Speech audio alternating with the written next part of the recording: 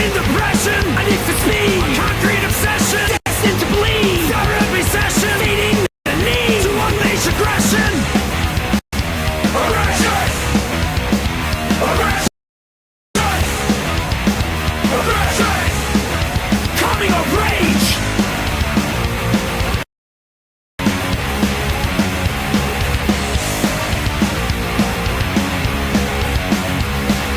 Down with the scene, electric connection, forwarding flame, unlock contention, generate adrenal injection, sharing the need to unleash aggression. Aggression! Aggression! Aggression! Coming of rage!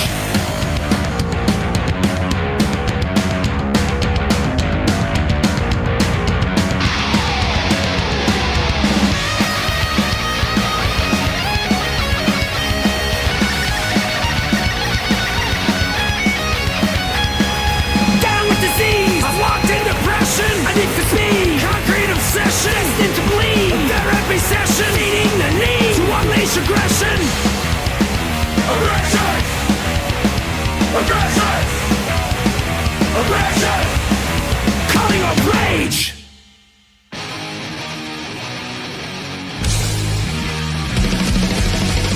Conditioned by indoctrination, conditioned by society. You're a victim of the digital age, a 21st century casualty. Open your eyes, you're losing control. Open your eyes, put down the phone. Conditioned by misinformation, it's just the media telling us lies. Decipher fiction from the truth, society's slow and tragic demise. Open your eyes, you're losing control. Open your eyes, put down the phone. Everyone's got their fucking opinion. What's happening? I'm here, sunburned, in very little sleep, but we're going to do it up. And thank you for the birthday wishes. Fucking frazzled after yesterday.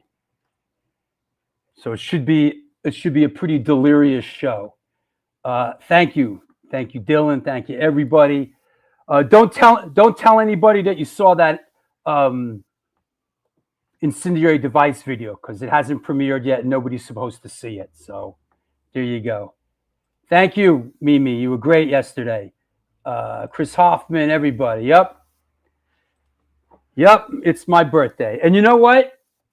I tell you, I'm gonna take a minute on this, because do you know I share a birthday with someone who has some history with my family. As a matter of fact, my dad won an Academy Award with this guy in 1963 for Best Short Animated Film. We share the same birthday. Today is Mel Brooks' 100th birthday. Me and Mel Brooks have the same birthday. And of course, my dad he produced something called The Critic in 1963. And here's a clip of that. Sort of really primitive, it was 1963. Yes. It's two things that they like each other. Sure, look at this box. Two things in love. Yeah, see how it got more like they'd envy the other thing so much? Could this be the sex life of two things? Sure, they can't show that on the screen. You get arrested. They have to pull the curtain. Hey, would you shut up? I'm 71. I got a right to be a loud lady. I'm gonna die soon. That's an excerpt of The Critic, best short film in 1963. My dad produced it along with Mel Brooks, and pretty crazy. Me and Mel Brooks share a birthday. I'll tell you, last interesting, funny Mel Brooks story. When I was a kid, I must have been like, 7 or 8 or 9, maybe younger. I was with my dad. My dad used to go to this place called the Friars Club here in New York City. It was where like film people and executives and they kind of it was like a club. I don't think it doesn't exist anymore, but you could eat there. There was a bar. It was like a social hangout. And I remember being a young kid and I was there with my dad, and this guy comes across the room, and I hear my dad. He goes, "Oh fuck, here comes Mel," and Mel Brooks comes up to my dad, and he just launches into this routine with my dad, like in front of, like in the whole dining room, like, "Hey, Arnie Stone, you schmuck." It's like a Don Rickles thing, and he launched. That's what a lot of comedians were part of this thing, and he just launched into. And I remember I was just like this young kid, and I was just like, why is this man being weird and making fun of my dad?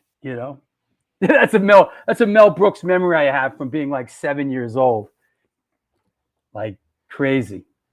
So yeah, so that's what's up. Thank you for all the birthday wishes.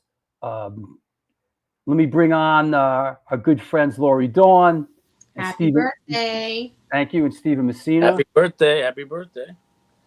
Yeah, man. I turned 63 today. Nice. 63 years old, kids. I've been in this hardcore game since 1981. Don't look a day over 62 and a half. Seriously, man. Seriously.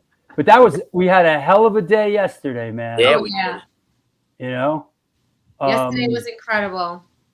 Yeah. Really beautiful. I mean, the rain did not stop anyone yesterday. So it stopped a few people, but for the most part, the crowd was insane. Everybody was just dancing in the rain as if it was,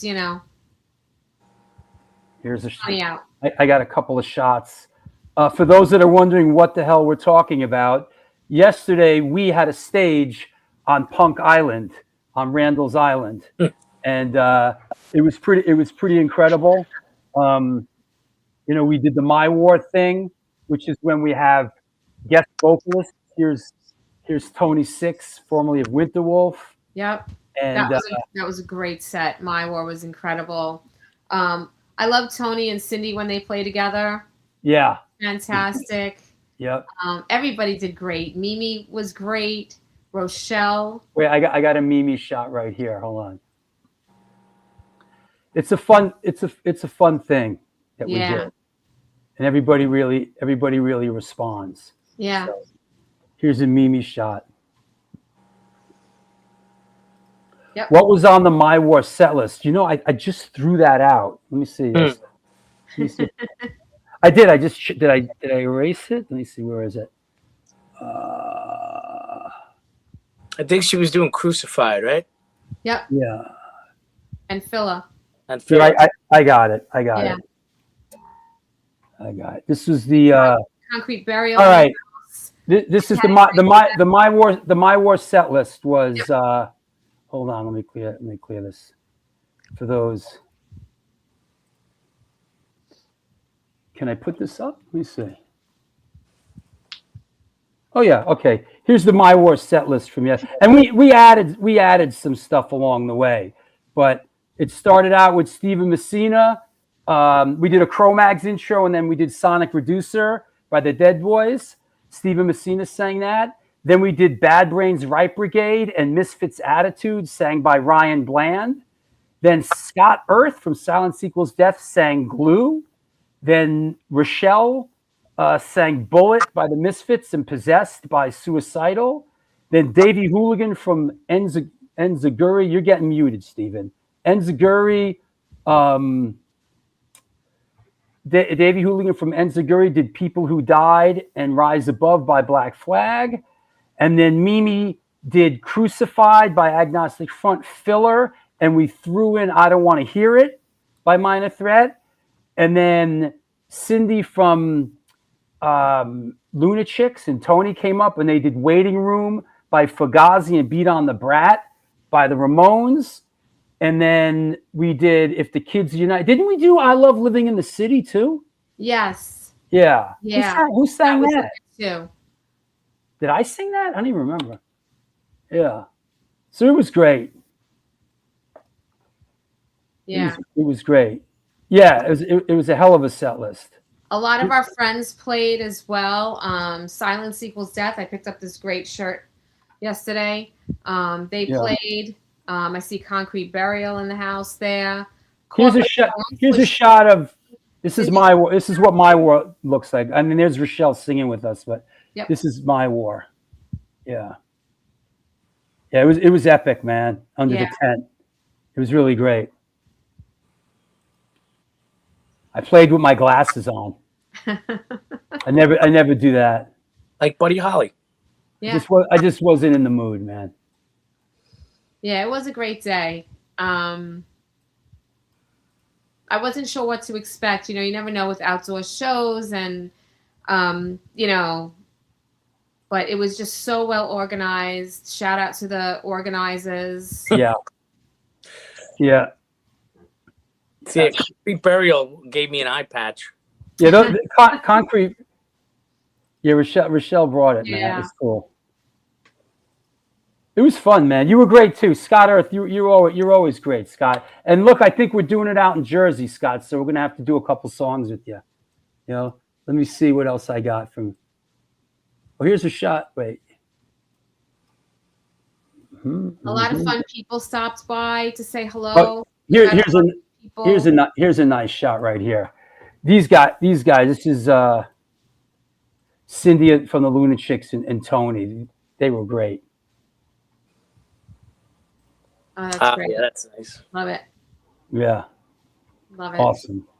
Hey, Alan Robert, what's up, brother? Hey, there he is. Life of Agony in the house, man. How you doing, buddy? Let me see. Yeah, there's some great shots from yesterday. It was, and you know who gets? I gotta shout this dude out super hard, man. This dude gets a super hard shout out. He showed a lot of guts yesterday. I'm talking about Phil from RBNX, who he's the one that brought us back to New York Hardcore Root Stage into it. He sponsored us, and you know it was Phil really, man. I got a lot of respect for him, man. He showed a lot of guts yesterday and worked real hard because you know we run at it hard, me and Larry, you know, and he really kept it up. You know, everybody sounded great. Great. Just to put together a festival of that, you know, with 7 stages, or what was it, 7 or 8 stages? Yeah. We put them together with 1 stage, and it's a lot of work. There's my wife Rochelle singing, doing I think a Misfits song. Yeah. Fantastic. Yep. Hey, Lisa. What's up? Yeah. Shout out to Larry Kelly and everybody who helped put up the stage. Yeah. Set everything up. Yep. Steven as well. Thanks for helping me. So I tell you, I gotta say, like, I love doing Incendiary Device, but I love doing the My War thing too, man. I really enjoy it, man. You know, it's like playing guitar and singing, and it's great. I love it. It's good. Now, would you ever play like second guitar, like write any 2-guitar material for Incendiary? No. Incendiary Device ain't that kind of party, brother. Incendiary Device is like you get out there and you just get the shit beaten out of you. There's no 2 ways about it. You just hope you don't get too badly hurt. Like My War's like fun. It's like la la la la. It's fun. You know, Incendiary Device is like someone's gonna get hurt, and I hope it's not me. I hope it's not me tonight again. Somebody's gonna get their head kicked in tonight. No, the last show we played, they ended up in the hospital. You know. Yeah, there they are. So those are my boys right there. Do you have any crowd shots? I took tons. I sent him a bunch, but I took hundreds of shots yesterday. So yeah, those kids. I think there's some in there. There's definitely some in there. Yeah, but, those kids were going. Yeah, well, you send me 50. You send me 75 shots, dude. Yeah. You know, here he goes. This is, ladies and gentlemen, the Engine. Here he is, the Engine. Right. Drummer Mike, man, That's he makes it happen, man. So happy to play with that guy, man. He's great. It's like my little brother. He's great. All right, that's cool. Yeah. Well, it was a fantastic day, man. Yeah. Amen. Amen. Yes. Very, very glad that we did it.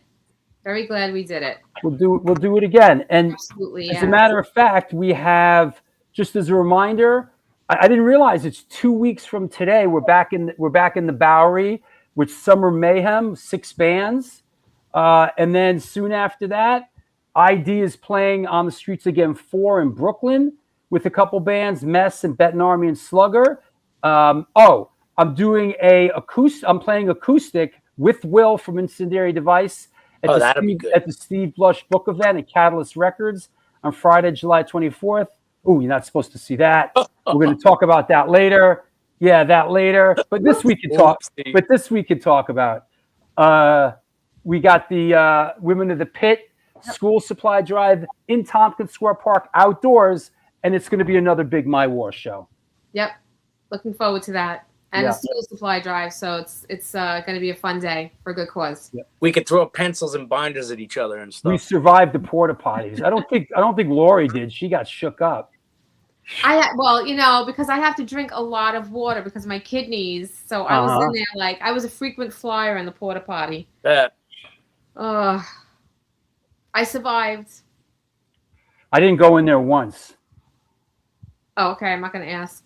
I just went in the woods and took my weenie out and just peed discreetly. That's when I wish I was a guy. Yeah. Yeah, you could just kind of go somewhere and all of a sudden, the world is your toilet. Kinda. Yeah.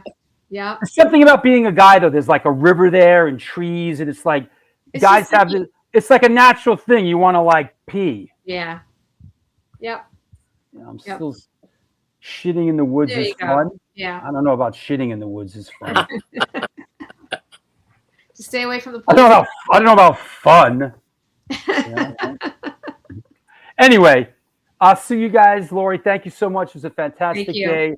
Stephen, great. Good job on Sonic Reducer and Serial Poets. You really brought it yesterday. Thank you. Yeah. I'll see you guys in a bit. Take care. Have a good day. Well, that's right. This is it. Thank you for coming to my birthday show. This is the New York Hardcore Chronicles Live. I'm a little frazzled, so bear with me. Episode 436, and we are sponsored by DTF and Vinyl Distro, Generation Records, Women of the Pit, Minty Fresh, Gamma Bass Guitars, and the Texas Silver Rush. They're a jewelry design firm and boutique store located in the birthplace of the Texas country music scene in Fredericksburg, Texas. They specialize in working with musicians in all music genres to design and create unique one-off pieces, as well as to style them for stage, album covers, promo photos, and social media exposure. Their client list includes Rock and Roll Hall of Famers Greg Rolle, Ringo Starr, and of course, Agnostic Front. Information on online sales are being taken at their Facebook and Instagram pages, and of course, www.thetexassilverrush.com. That said, let's clear the deck. Let's make sure everybody's all right. Yep, everybody seems cool. Let's bring our guest on. Here we go, yo. Today's guest is an American photographer hailing from Elkins Park in the Keystone State of Pennsylvania. His work has been exhibited at the Art Institute of Chicago, MoMA, New York, Museum of the City of New York, and many others. He's the author of The Awful German Language and a Field Measure Survey of American Architecture. His latest book, Move Up Front, documenting the hardcore scene from 1985 to 1992, was just released by Unterwelt Books. Please welcome, coming at us from Cologne, Germany, Mr. Jeffrey Ladd. Ho-ho! Thanks, Drew. Thanks, man. How's Cologne, brother? It's hot. Is it? Yeah, we've had this crazy heat wave in Europe. It's reminding me of August in New York. Just shit. Brings a tear to my eye. Yeah. I don't think of Cologne as being sweltering hot. Oh no, this is a total fluke. This is total crazy. This is total craziness. But really quick, dude, happy birthday, man. Thank you, man. I gotta wish you that. Well, thanks. I'm really a blessed person. I'm really blessed. Not to sound corny, but I do what I'm doing, something I love doing, and well, I wanted to ask, could you foresee when you were 20, maybe being 63, but fronting a hardcore band on top of it? I mean, you know how it is. You know how it is. I will say this, that when I was a teenager and when we were doing it in 1981, I did feel that there was something special going on. I wasn't oblivious to that. I did feel like there was something important going on, and it was special, and to a certain extent that it was worth documenting. I did. Maybe part of that has to do that, you know, my father was a filmmaker, and I grew up, you know, in the film business, and I saw things being documented. And so I felt that in 1981, that there was something special going on here. I wasn't oblivious to it. It did seem important. It did seem like there was an intrinsic value to it. I mean, did you feel that way when you were shooting your stuff? I mean, the music, you know, I was going to shows because the music affected me so powerfully. It was like, you know, I had listened to stuff pre-punk and pre-hardcore, obviously. I mean, I grew up in the 70s, but I mean, I was compelled. It was mostly those spaces that enabled me to like have these experiences that were really, for me, the first time music was this transcendent thing. You know, it was powerful. And I didn't see many concerts before that, you know, before I started seeing hardcore shows. So, well let me back it up a little bit. Let me go with our standard kind of, how did you come up? Did you grow up in a musical household? How did music come into your life? And I know this shot here is a little bit later on. You look like you're what, 15 or 16 here? Actually, I might even be, it's probably 1986. So I'm probably, what would this be? 17, 18? Right. Mm-hmm. This is me. Maybe this was before I moved to New York even. Okay. Now, so where did you grow up, and like, how did music first come onto your radar? Yeah. Well, I was born in Philly. And in Elkins Park, it's a small town just outside of Philadelphia. And my parents lived for about 5 minutes in New Jersey. But in 1972, we moved actually out to Phoenix, Arizona. And Phoenix is where music came in. You know, it was mid 70s. I have an older brother who's 4 years older than me, and kind of always in his musical footsteps, so to speak. Like, he listened to Ted Nugent, I listened to Ted Nugent. He listened to Kiss, I listened to Kiss. Like Cheap Trick and bands like that really played like. What was handed down from your older brother? Absolutely. I don't remember my brother ever buying toys. He was always buying records, and so he was buying records I didn't really have to. Sure. But yeah, like kind of following him. Punk came through skateboarding. Right. And is that why some of the first shots that like on the timeline are skating shots? Yeah, well, there's a couple things. I mean, I'll like in Arizona, my brother started skateboarding, so I started skateboarding. And this is the guy, he's actually bailing the trick. The skater is this guy named Rob Muncie, and he's the guy that introduced me and at the time my best friend Lee Hernandez to punk rock. Right. We knew him as a skater through, there was an old skate park, High Roll Skate Park, and he was about my brother's age. He was quite a bit older than us. Are these the JFA? Is this the JFA crew? Yeah, well, that's Brian Brannon. Yeah, if you go back to the picture. Bam. Yeah, the thing that like affected me so much is, you know, skating and that music scene were so tied together. We would show up to, you know, Rob would drive us around Phoenix, exposing us to really this wider skate scene, and we'd show up to a ramp or a pool, and dudes that were in bands would be, you know, skating. This is Brian Brannon, singer JFA, getting a little edger in a pool. You can't see his face, unfortunately, but I had no aspiration of being a photographer at this point. Right. I'm just like making snapshots of my friends. But how did that go? Did you like study at school? Like, how did you pick up your first camera? Were you inspired by somebody? Yeah, I mean, that came quite later when my family already moved back east. There was when in January '84, my family moved back east to New Jersey, a super small town called Medford Lakes, and there's about 5,000 people living there. So like this Phoenix thing, this happened. This was before you moved back. Yeah, these were the kind of shows you were seeing in Phoenix. Yeah, I only saw 2 shows in Phoenix, but I wanted to talk about this place because, like the first show that I saw was Crucifix, JFA, and a band called Burnt Toast at this place called Mad Garden, Madison Square Garden. Probably most of your listeners have at least heard of the place because it became kind of legendary. It was this brick building in downtown Phoenix on Van Buren. And you walk in, it wasn't a music venue. There's a wrestling rink in the middle of the room. And that's surrounded by this chain link fence. The bands would set up and play in the rink. The rink still had like the turnbuckles and the ropes and everything. Yeah, this is the day before my 15th birthday, my first show. That guy Rob. Was this the Crucifix from San Francisco? Yeah, absolutely. They were killer, man. I saw them. Yeah. I saw them. Crucifix San Francisco. I saw them, and I must say, like, I saw them, didn't know who they were, and was blown away by them. And like, I saw them like at CBGB's. They came out and they were fierce, man. Oh, absolutely, absolutely. I mean, I didn't know them. Yeah, I didn't either. I walked into the show not knowing Burnt Toast. Burnt Toast was like a local band that I found out later is. Do you know Camper Von Beethoven? Yes, of course. You know, Take This as Bowling. Yes. The guitarist of that was his high school band, the guy Jonathan Siegel or Jonathan. Oh, is that right? That's his like high school band. And I want to know what it sounds like because that literally is the first like live punk that I ever heard.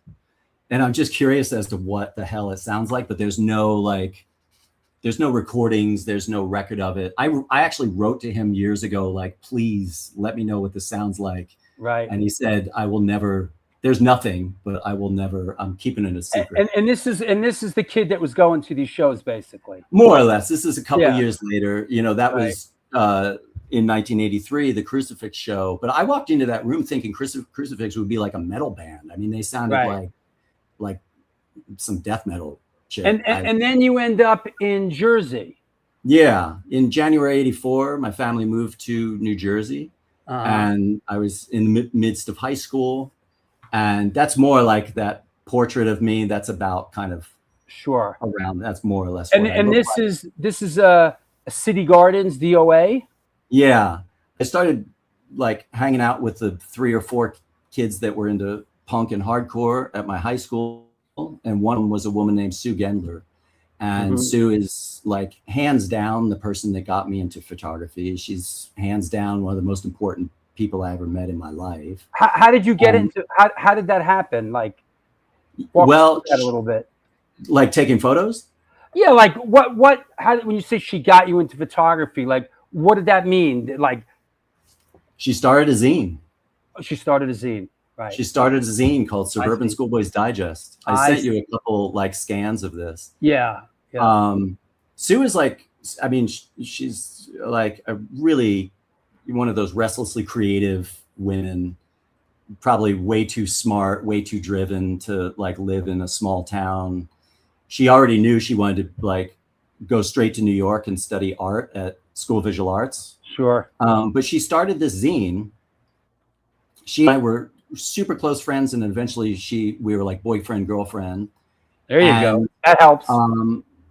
What's funny is I remember this isn't the first issue. This might've been one of the last issues we did before she moved up. Cause I see it's June, 1986. Yeah. But she had done the whole first issue of the zine, and I think we were boyfriend, girlfriend at that point. And she didn't even tell me about it. I discovered the zine on her bedroom floor, like the layouts just before Xeroxing. And I was like, what is this? And she was like, yeah, I started a zine. And it was just like, she wasn't necessarily keeping a secret. I think she's just like restlessly creative, you know, always needing to make stuff. So she had the zine and she needed photos? Didn't need. She asked if I wanted to co-edit and what I could do. So I started like writing away to bands, you know, in the back of Mac and Rock and Roll or the back of records, and kind of doing mail interviews with bands. We were seeing so much stuff, like every weekend, at least 1 or 2 shows in Philly, Kennel Club, City Gardens. I mean, look at this. Look at this. Circle Jerks 00, City Gardens. GBH, DRI, Agnostic. Yeah, Meatmen, Youth Brigade. Like, I mean, you went to City Gardens. City Gardens was always. I actually never set foot in City Gardens. Whoa. Okay. You know what? My story's a little weird. I never set foot in City Gardens. I never set foot in the Anthrax because I never had any need to step off this island. That's true. That's true. I mean, I had no need to. Where am I going? I mean, Yeah. I'm CBGB matinees, A7 Rock Hotel shows, the Ritz. You got it all. I'm not like driving out to Connecticut. All that stuff was coming here. That was all on the outlay, and I'm not knocking it. I'm not knocking it. I'm just Dude, saying, I get it. I mean, yeah. We were living in the suburbs, and that was City Gardens was like 35 minutes north of us. 35 minutes in the other direction. A Mecca. West is Philly. A Mecca for you guys. It was absolutely. I mean, the great thing about City Gardens is it just sits in between Philly and New York. So every band came through there. Whether you're going east or west, it doesn't matter. Like we saw shit every weekend. It's like on a bigger level, it was like the Capitol Theater in Passaic, or what's the place up in Poughkeepsie, the Chance. These are places that the major bands, they'd play New York on a Friday or a Saturday, but they had to play somewhere on a Monday or a Tuesday. And those towns, what? The Rolling Stones played the Capitol Theater in Passaic, the Grateful Dead. Yeah, because bands got to play on fucking Monday and Tuesday nights. That's right, Hideous Strength. The Chance was another place that just so happened, like logistically, geographically, was in the right place. So, if you're not playing, you're paying, right? So bands will play on a Monday or a Tuesday night. Absolutely, absolutely. But that was like my very first photos. I knew nothing about photography. Why I became the one that would take pictures at the hardcore shows for the zine. Like Sue had her own camera. I didn't have my own camera. I was like borrowing my parents' camera. Really? So I didn't know anything about photography. She already had like the base. She taught me the basics of photography. And then I would go to City Gardens with her camera and with color film. And I knew I had no instincts for making photographs. I would literally just like point at stuff. This is quite a bit later. This is CBs, and this is when I'm like in school and kind of learning the medium. I see. This is 88, right? All that early City Garden stuff, unfortunately, it's gone. There's no, like, we would get the quick prints back from the drugstore. Sue would pick the best ones, cut them up. Negatives would get thrown in the garbage. Oh, wow. And it's not like there's maybe in that year and a half, I might have did I shoot 50 rolls of film? It's like, I wasn't a heavy shooter. I literally would take like 10 or 12, 15 pictures per show. I wouldn't even get through a roll. Okay. I just found the 1986 stuff. So hold on. Yeah. Every time the flash went off, taking pictures, it made me so self-conscious. I didn't like it. So right. Yeah, this is Bad Brains, of course. This is Bad Brains at City Gardens, right? Yeah. City Gardens. This place. I mean, I guess some photographers could shoot from the crowd. You weren't allowed on the stage. You had to shoot with a kind of longer lens. It really wasn't an ideal. I shot a lot there, and I have so few pictures that I like because they all look the same. They do. It's all that vertical side angle. Yeah. Yeah. And as soon as you move, you never went there, so you don't know. But on stage, the monitors were these super bright white things from this place called Joe's Rental. So if you got them in your picture, they just draw all the attention. This is Slapshot. Probably, I think this was only a couple months after Back on the Map came out. Yeah. And there was something going on. I mean, Jack is like Jack versus New Jersey. And he was fired up. And there was some shit going on. They played with Gangrene, and there was something with like some equipment got knocked over or something. Drama. Tony Retman knows the whole story. He was there. This is when I think of City Gardens, this is a band I think of course, this is 7 Seconds, right? Yeah, I saw them a few times there. And this is, it's one of the kind of rare, decent pictures of mine from City Gardens. And this was actually shot above the stage. There was this band room. Yeah, right. In the band room, it had this little window. And it was shot from there. But the dude that's got all the photos is Ken Salerno. I mean, he was like, that's the name I was looking for. Yeah, Ken's got crazy sick shit from City Gardens. He was the City Gardens. His early pictures were also difficult because early on he couldn't. This is a great shot. Yeah, it didn't make it in the book. I was like a little torn, but I like the other two that I put in my book. But yeah. And oh, by the way, everybody that's watching, being that we kind of delve so deep into it, the book is called Move Up Front, 1985 to 1992. It's an incredible book, incredible collection of Jeff's photos, and we're going to talk about how it all kind of came together. But I'm just looking. So after the sort of Jersey, living in Jersey, you moved to New York. And you went to School of Visual Arts. Yeah. And started going to CB's. Started going to CB's. Yeah. After I graduated high school, I actually stopped photographing because Sue, the woman that got me into photography, she moved immediately up to New York and started studying art as she knew she would years before. And thanks, Scott. That's really kind. Thank you. I was taking a year off. I was just skateboarding and I was going to see shows, but I wasn't even taking pictures because the zine didn't, I had no aspiration of being a photographer at that point. Right. But I was pretty miserable because a lot of my friends had moved out of Jersey and I was skating with people who were younger than me. But I used to go up to New York and I'd hang out with Sue, record shop, skate in the city. And on one of these, knowing how kind of miserable I was at the time, she said, why don't you take a photo class? So I took a photo class at a community college called Burlington County College. It was like maybe a 2-month-long class. And based on that, I convinced myself that I wanted to move to New York and study photography at SVA. Okay. And I applied and I got in. Even, I wasn't a particularly good student in high school, but SVA at the time, there was a kind of joke. It's like, if you had a pulse and a checkbook, sure, you're good to go. But the real punchline is like, if the check clears, they don't need the pulse anymore. Right. Did you? I know. We've had a bunch of New York like hardcore centric people that went to School of Visual Arts, and even Alan Robert from Life of Agony, who popped up in the chat room. I think he went there. Paris Mayhew from Cro-Mags, Jimmy Yu, who was in Judge. Fred Armisen. Did you connect with any like New York hardcore kids while you were there? Not so much. I think Fred Armisen, before he didn't finish, I think, but he was there around the time I was. For people who don't know, he's the comedian and on Saturday Night Live, and he was in that band Trenchmouth. But also like Joe Gitani of the Mad went there. Even Marco of the Icemen, like apparently took some classes there at one point. Mark McCoy of Charles Bronson went there. I didn't know so many people. We'll talk about when we talk about the Judge pictures. Like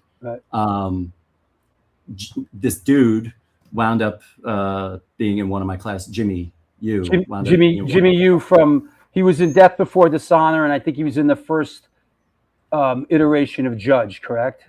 Correct. Yeah. I don't think he was ever on any recordings, but he played. No. I think Purcell played. But I think it seems to me through the evolution here.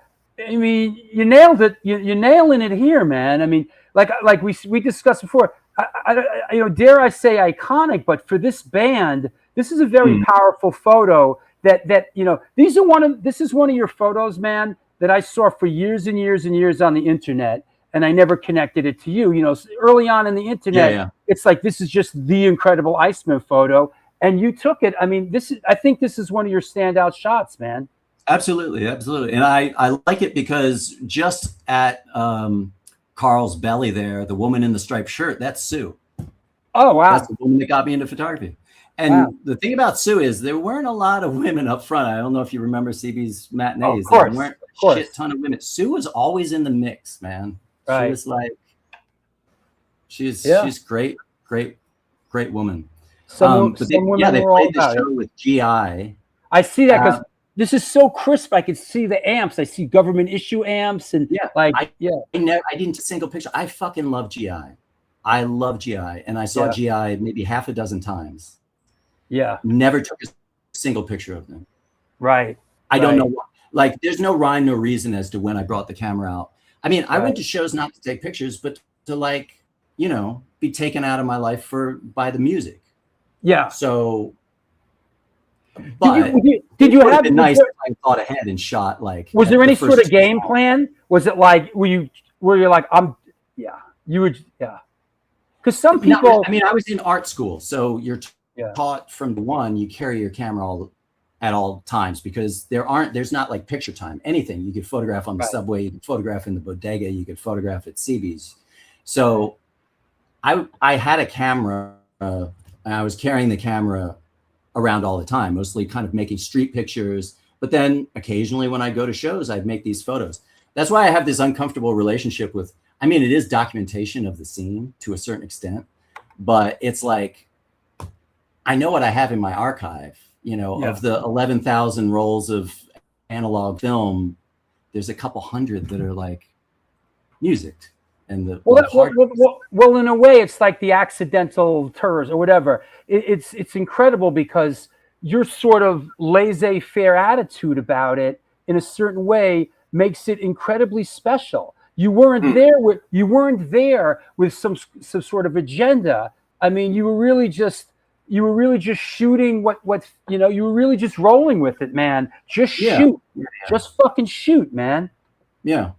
And something can be said for that. There's no, I'm shooting for this and I'm shooting for that. And I'm sure at the time you thought nothing would ever come out of this stuff. Exactly. I mean, I was just gathering pictures. Yeah. I wanted to just mention really quick, I wanted to give a shout out. I don't know if about the Iceman, because super important moment for me was, like, I shot those pictures that you were just showing and talking about, and I went to a show later, maybe a month later, and I saw Marco, the guitarist, outside CB's, and I'm a pretty reserved kid. I wasn't running up to everyone, yo, be my friend, whatever. Right. You know, a lot of like insiders, they have no clue who I was. You know, I was invisible. Right. But I went up to Marco and I said, because I really like the Icemen. They're always such a powerful band when I saw them. And I went to Marco and I had my prints and I said, hey, I shot these pictures of you last month. And I handed him the envelope and he looks through them. He's like, oh man, these funny, you know, I don't know exactly what he said, but he's basically like, oh man, these photos are really good. Like, really good. Like, what do you want for them? And I was like, nothing, it's a gift. I'm just, I hope I'm not embellishing the story, okay? But I kind of remember him like closing the envelope and almost handing it back to me and shaking his head like, nah, man, I can't take this. These pictures are too good. Like, and then what he did, he was like, tell me what you want.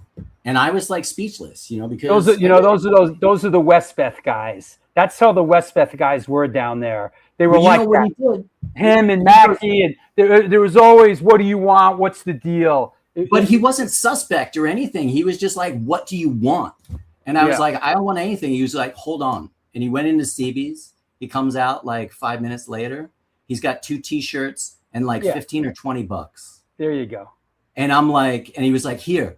And I was like, ah, man. And he was like, you paid for the film.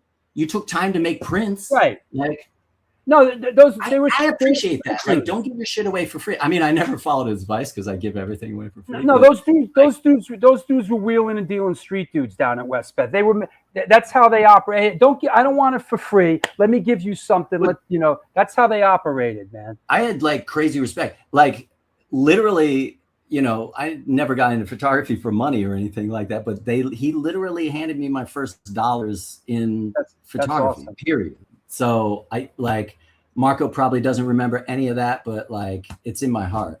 He did. You know what I love? What I love about you, once you started finding your groove here, is I love the detail and I love the faces. There's a lot of faces in these shots. Yeah. You know, I just love going from face to face. You know. Yeah, and there's Sue again. Yeah, like, I see her. Follow straight up with the kind in of the mix, sticking up, she's getting a little roughed up there, but you know, but yeah, this is Breakdown, a little sing along. But I always appreciated, you know, usually I used kind of a wider lens. And so I always like that crowd, you know, some of the early, fucking Glenn Friedman's photos inspired me so much. Like I knew Glenn Friedman's pictures before I even picked up a camera. Like, and the way he uses a lens, he doesn't use a wide angle lens to get more in the picture. He uses it to get closer to the subject and be like right up in there. And you were kind enough to let me use one of these shots in one of my films. Could have been the New York Hardcore Chronicles film. It was in the you put it in the Chronicles film and in your book in the and this is just this is fantastic, man. Fantastic. Yeah, Gorilla Biscuits. That's Club Anthrax up in, I guess it was Norwalk, right? You went up there. Yeah. I went up there quite a bit. I did go up there quite a bit, but like you said, New York had so much shit going on that you had to pick your moments, and that was a pretty expensive date. Like you had to take Metro North up there. I don't know what that was, $5 each way or something. I think we had to share a cab going to the Anthrax because I don't think it's close. I don't think it was a few miles from the train station. Yeah. And then you pay to get into the show, you buy a t-shirt, whatever it is. But yeah, this photo, funny quick story. I was trying to figure out how to Xerox stuff it, like Kinko's and other places, to make the pictures look good. And they never really look good in Xerox because it just reduces the tonalities just into strict black and white. But I had made a card, and it was a Christmas card, and I sent it to Gorilla Biscuits with this photo. And I was all clever because you open it up and it says Merry Xmas, of course. Oh, right. Sure. But they wrote back and they were like, oh man, that photo's, you know, it's really dope. Like, you know, do you have the negative or anything? When I was making a lot of these pictures, I was living in this place called Sloan House. I don't know if you know that, on 34th and 9th. There's a YMCA.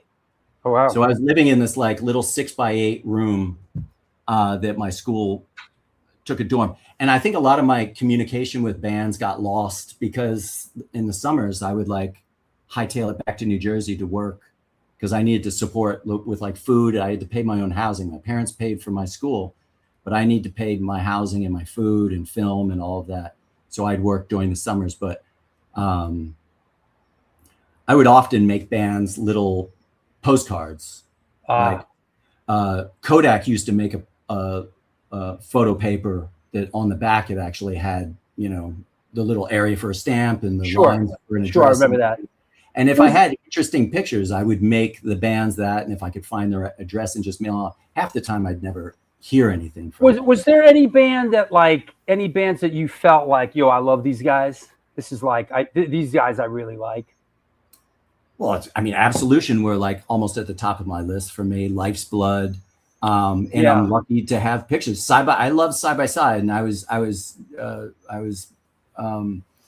able to see them. I think 4 times. I think I saw them 4. They didn't play too many. I think they only played. Well, this is rare, you know. But I never shot them. Like often, my most favorite bands I never took pictures of because I needed to be in the crowd. This is Life's Blood. You mentioned Life's Blood. This is Life's Blood, and I fucking love that band. I'm not that familiar with this band. Well, you check them out.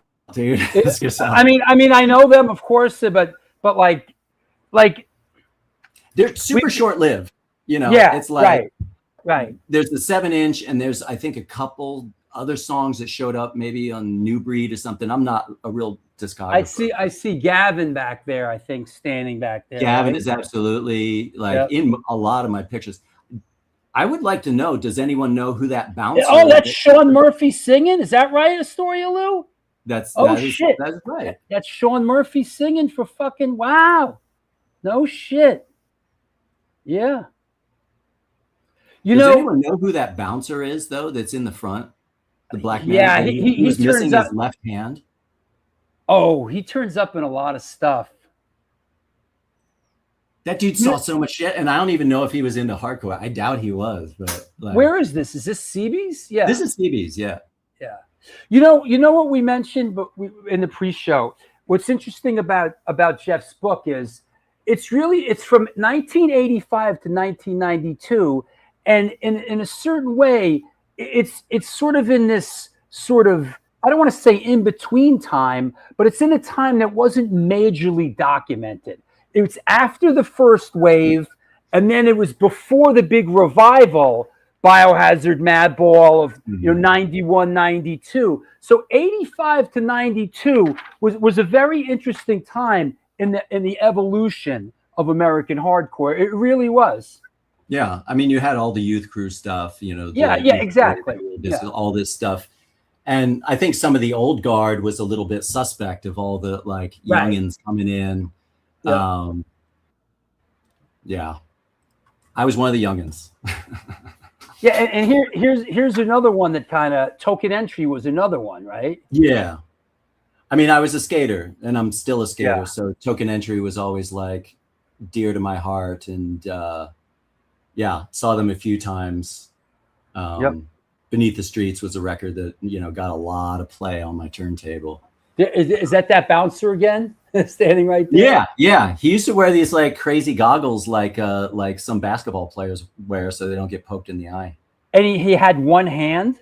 He was missing his left hand. It was his watch hand, and he was missing his left hand. Jesus. If anyone out there knows his name, I'm curious. Let's hire a bouncer that's missing a hand. That's he was a super nice dude. You know, we had Dennis, and Dennis was always Dennis was a handful. I mean, actually, Dennis was always super nice to me. There he is in the background. Do you see Dennis? Oh, there he is, right. So some of your stuff ended up like right in real time in fanzines, and wasn't Schism Purcell from Youth of Today? Yeah, I don't know who actually ran Schism, dude. I'm gonna lose credibility not knowing shit like that. But no. It was a zine, and they had a record label. Like Schism was what put out the first New York Crew 7-inch.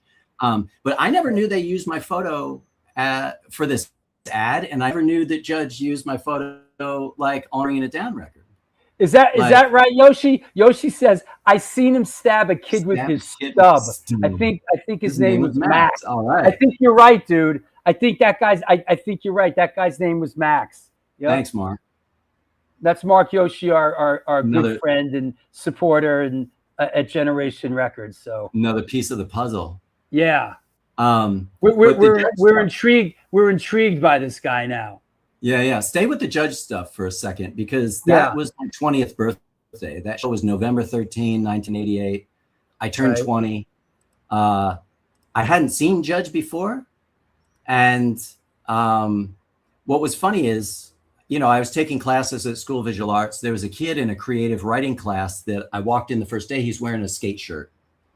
And skaters recognize skaters. You know, you like look at the shirt first, then you look at the shoes to see the scuff marks, how much is the skate, blah, blah, blah. And then I kind of gave him a nod, and he was a little standoffish. He wasn't like, you know, hey, skater, let's bro down or anything like that. Right. So then like this show comes along. I showed up there super early because I went with a dude named John Reed, who used to run a zine called Inward Monitor. And he was heavy in like ABC No Rio scene. We showed up because he was going to like interview the Instead guys that they were playing that show. And I'm outside. It's my birthday. Gavin Van Vleck, who was always nice to me. I don't know if you would remember me now, but he was like, oh, it's your birthday. And he like carries me into CB's and like plops me down. Judge is on stage sound checking. And I look up and I'm like, holy shit, that's the fucking dude from my creative writing class. It was Jimmy Yu. Oh, is that Jimmy playing bass right there? That's Jimmy playing bass. Yeah, and he might have had that Tracker Trucks shirt on, which is why I like. Wow. He was, you know, he wasn't like particularly open. I don't know with me. Yeah. I was like, holy shit, that's the dude. And it makes sense that I maybe would have given him a stack of prints, like in one of the classes that I saw him at later. Like, hey, I shot your band. And Judge could only use, I think Judge, because he left the band soon thereafter, and I forget who replaced him on bass, if it was Matt Pincus or whoever. Yeah. There was a couple people. Yeah. Yeah. Okay. I don't think they could use my photos really, because Jimmy was all over the stage in my photos. Where's the thing? they just did the Chung King record, and they reproduced 3 of my photos. Let me see. In a row. Right. And look at Jimmy. He's like got the fucking hard. He's got the hard stance. He's like so Jimmy plays on the Chung King record. I don't think so. Right. Does he? Dude, this is where the historian's got to come out and well, save this is a great shot. I might have used this for something too. I mean, this is a great shot, man. Thanks. I always like this picture. Yeah. But I don't think they, but like Mike singing, he looks happy. Yeah. Yeah. We can't. They can't like we can't have that. Cheerful, where is this? Is this another Gorilla Biscuit shot from that same? Really, is this the Anthrax? I don't recognize. Is this the Anthrax? That's the Anthrax. Yeah. Right.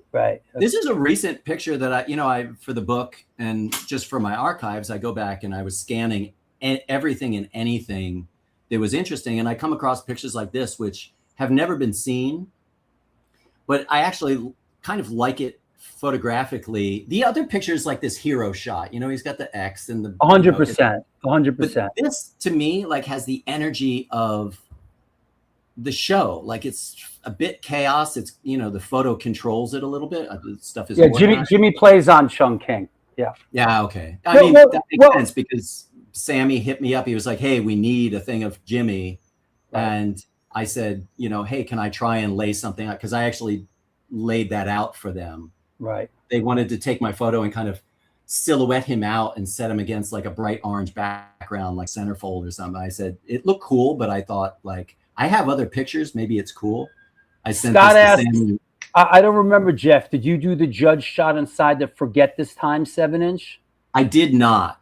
No. That's where Mike's got the bandana, right? I don't know. I think that's the photo they're talking about, and that I've seen that been mistakenly credited to me. I see. Sammy asked me like, "Hey, did you take this?" And I think we don't know who took it. Sure. Photography. Just being sort of a bit of a musical archaeologist. It's interesting how where photographers' eyes go, right? Like some guys just take pictures of what's happening on the stage. Some people take lifestyle photos. They barely take anything of what's on the stage. And, and some people a little of both. But this is kind of a little bit more of a lifestyle shot, in a certain way. Guess. And I know that's not what you were aiming at, but, by happenstance, this says more, actually, you get a more feel for the lifestyle than anything else here. Yeah. Good stuff. But it's amazing. When I was younger, I paid no attention to that photograph, and I actually like that photograph more than many of the others. There's a couple bands that are a little bit of a rarity. Like I kind of feel like this band Circle Storm is a little bit of a rarity. Pretty cool. I don't know much about that band. I know that Chain of Strength played this show, and the dudes switched up their instruments, and then all of a sudden it was like Circle Storm.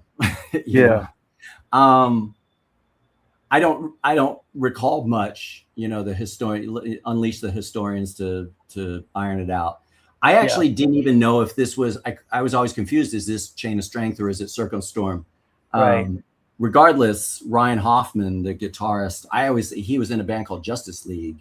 Right. And I used to skate to that. Like I really that's like standard operating skate procedure, right? Yeah. I love that band. So when I discovered he was in Chain of Strength, and of course down in the lower right there you got Jules, the side by side, like chilling in the jet with the Jet shirt. See, William Dubbs Well says, I like the shots that are of the audience and the music at the same time. Yeah, I agree. Most of the pictures that resonate strongly with me are that, and not just the singer. Like that Judge picture of Mike singing that they've used on the record. Actually, I'm not crazy about that picture because it looks like the kind of photo that any photographer might make. Sure. Some of the other photos I feel have a little more of my if I were to say my voice. Like this? like this. This is a kind of, classic sing along. But the people in it, I see Civ and that dude Gus Straight Edge. Right. Yep. And it's like a bunch of dudes. It's all dudes, isn't it? Pretty much all dudes. But I like it's got Ken Flavelle, who was a friend of mine, kind of 2 heads up from the mic there. Yeah. With his eyes squinted. But I love your stuff here, man. I love it's such a portrait of, look at how the faces are stacked in this. I really love it, man. Mm-hmm. Oh, Scott Earth with the finger point. Yep. Yeah. See, this is see, we have a thing about the finger point, it's like, you get that, Yes, exactly. That's known as a sausage fest back in the day. Sausage fest. And it's a straight up white boy sausage fest. Absolutely. There's no ethnicities involved here. It's a bunch of suburban white kids. Yeah. I mean, once in a while you get AJ from Enough or Gingy. Gingy, right. Not so much, I think, with the straight edge kids that Gingy was in there, but Yep. Yeah. Good stuff. Let's do one more, and then I'm going to take a sponsor break. What is this one? I'm not familiar with, from 1988. This is Heads Up. Yeah, they were Heads Up.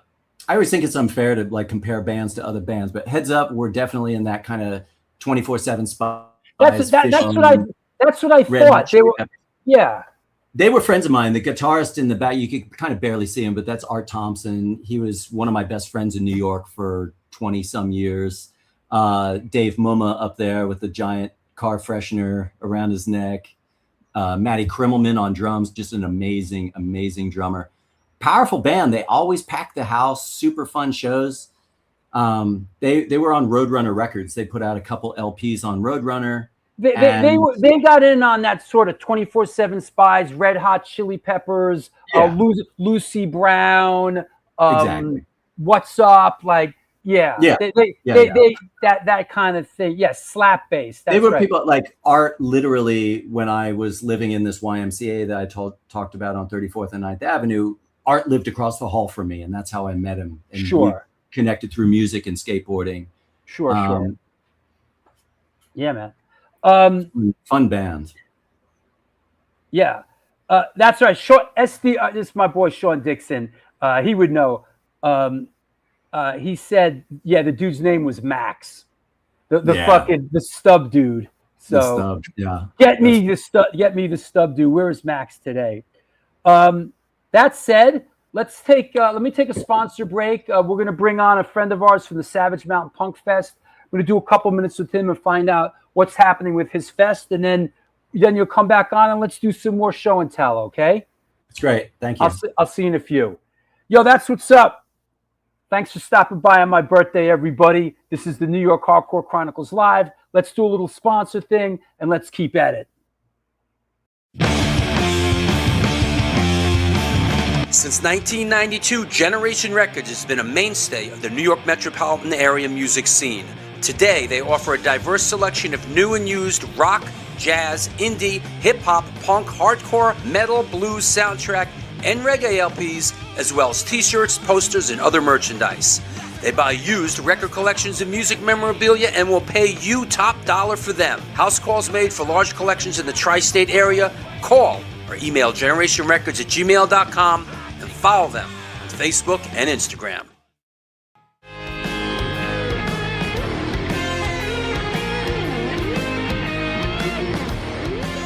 Will that be cash or in debt? Do you mean debit? Yes.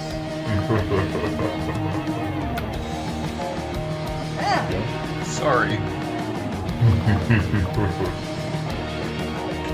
Another eternally satisfied customer.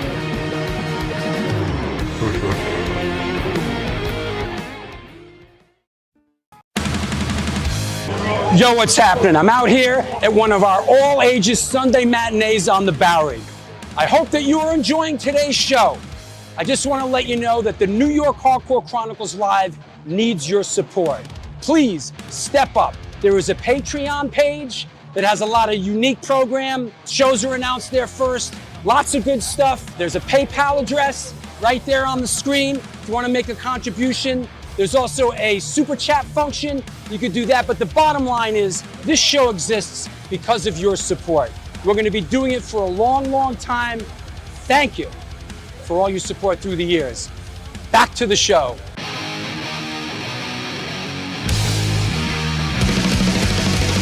Conditioned by indoctrination, conditioned by society. You're a victim of the digital age, a 21st century casualty. Open your eyes, you're losing control. Open your eyes, put down the phone. Conditioned by misinformation, it's just the media telling us lies. Decipher fiction from the truth, society's slow and tragic demise. Open your eyes, you're losing control. Open your eyes, put down the phone. Everyone's got their fucking opinion. And we're back. Don't be scared. It's the New York Hardcore Chronicles Live. Good to see everybody on the weekend. It was great to see everybody yesterday at Punk Island. Very special day. A story, Lou. I love you. All my friends out there. All the birthday wishes, man, mean the world to me. So thank you so much.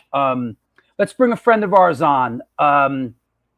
Since 2016, the Savage Mountain Punk Festival has been bringing multiple generations of punk bands for 3 nights of raucous rock and roll in Cumberland, Maryland. Past headliners have included the Undead, Scream, DOA, the Super Suckers, and the Dwarves, among others. The goal is to bring a festival lineup to a club show to create a multi-generational punk space and bring a broad spectrum of punk bands from garage to street punk to horror punk to hardcore to the stage. Jerry LaFemina grew up a CBGB brat in the 80s and has played in punk bands for most of the last 40 years. For the last 10 years, he's been fronting the Downstrokes. Their latest album, The Furious Hours, came out in April. They just got back from the UK and Irish tour. Here today to talk to us about the upcoming Savage Mountain Punk Fest 2026 and more. Please welcome back our good friend and supporter, Jerry LaFemina. Drew, how you doing, buddy? Happy birthday. Hey, thank you so much, man. Good to see you. And boy, we're sure excited, to come back your way and play Savage Mountain Punk Fest 2026. You guys, I know you live it, you love it. Tell us a little bit about, how it came together and how it's looking, who's playing, what's the deal? Well, we started this 11 years ago. This is our 11th, just to help out a local bar that, was kind of dead. And it's just grown and grown. And as it's grown, we've done, bigger and better bands every year. We're super excited to have, Thursday night headlining Blitz Kid, which is, horror icons right from Appalachia, where we are. Mm-hmm. And we got Titus Andronicus headlining the Friday. And we always try to make Friday a little punk adjacent. We've had ska bands that night, like the Pie Tasters. And then, of course, we always like to end it with a really classic hardcore or vintage punk band. You don't get much more, 80s iconic than Agent Orange. So we are so stoked about that. And of course, that day we have Incendiary Device and Rebelmatic, representing my hometown. Yeah. And then, of course, the Effigies, which I'm just so stoked about.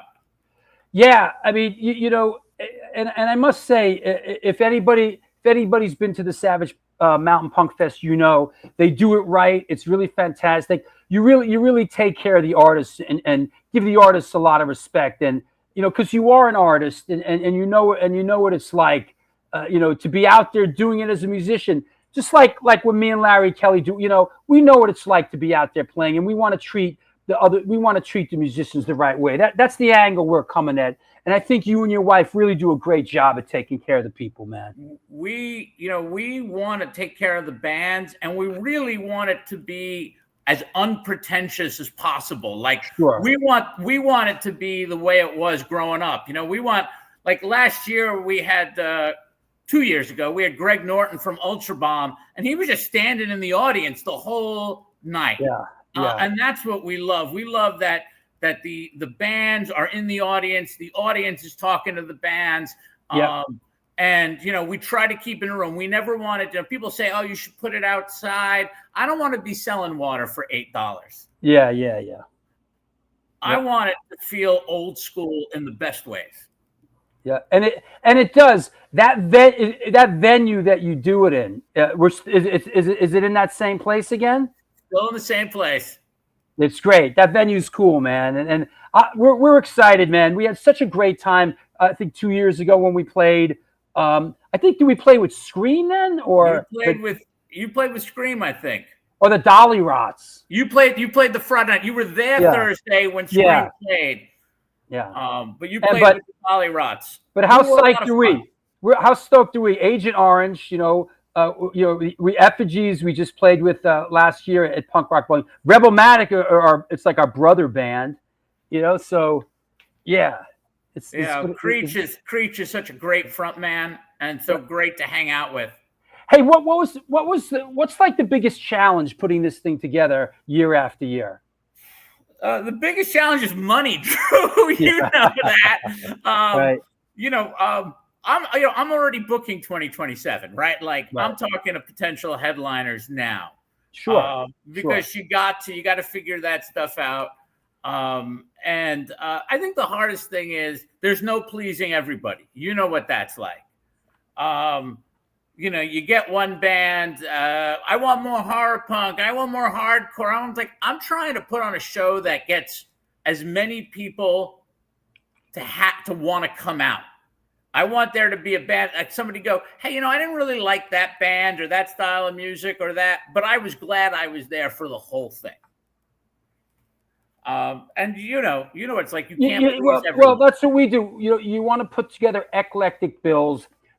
If you put together a bill with 5 of the same bands, you get one crowd.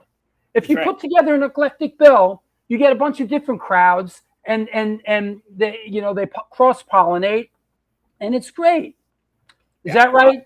Titus Andronicus is amazing. I don't know this band. Titus Andronicus is a band from Jersey. Mm-hmm. They're on Merge Records now. Okay. But they started out in the mid 2000s as a really sort of a balls out, sort of old school punk band, and have grown and evolved. And I was so glad to bring Thick from Brooklyn on before them, which I think is just a great pairing. And if you don't know Titus Andronicus, check them out. They started in they just. The thing that always interests me as a musician, stretching that border of what punk is.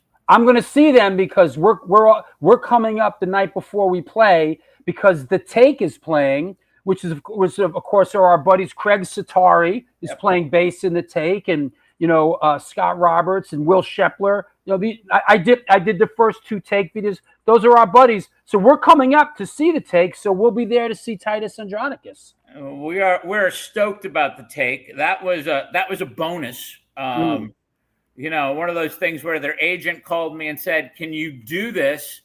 And I was still sort of playing with the Tetris board that is the schedule. Sure. And I was like, "Yeah, I can do that. I can do that." And I really like them, and of course, I like all their other bands that those guys are in. So, of course, hey, is there a pool party this year? Because we missed it. We missed it 2 years ago. I think the weather was shitty, right? Yeah, well, it's the Saturday. You'll get the invite. Okay, I think I got it. The Pie Tasters are playing at the pool party, by the way. Oh, hell yeah! How cool is that?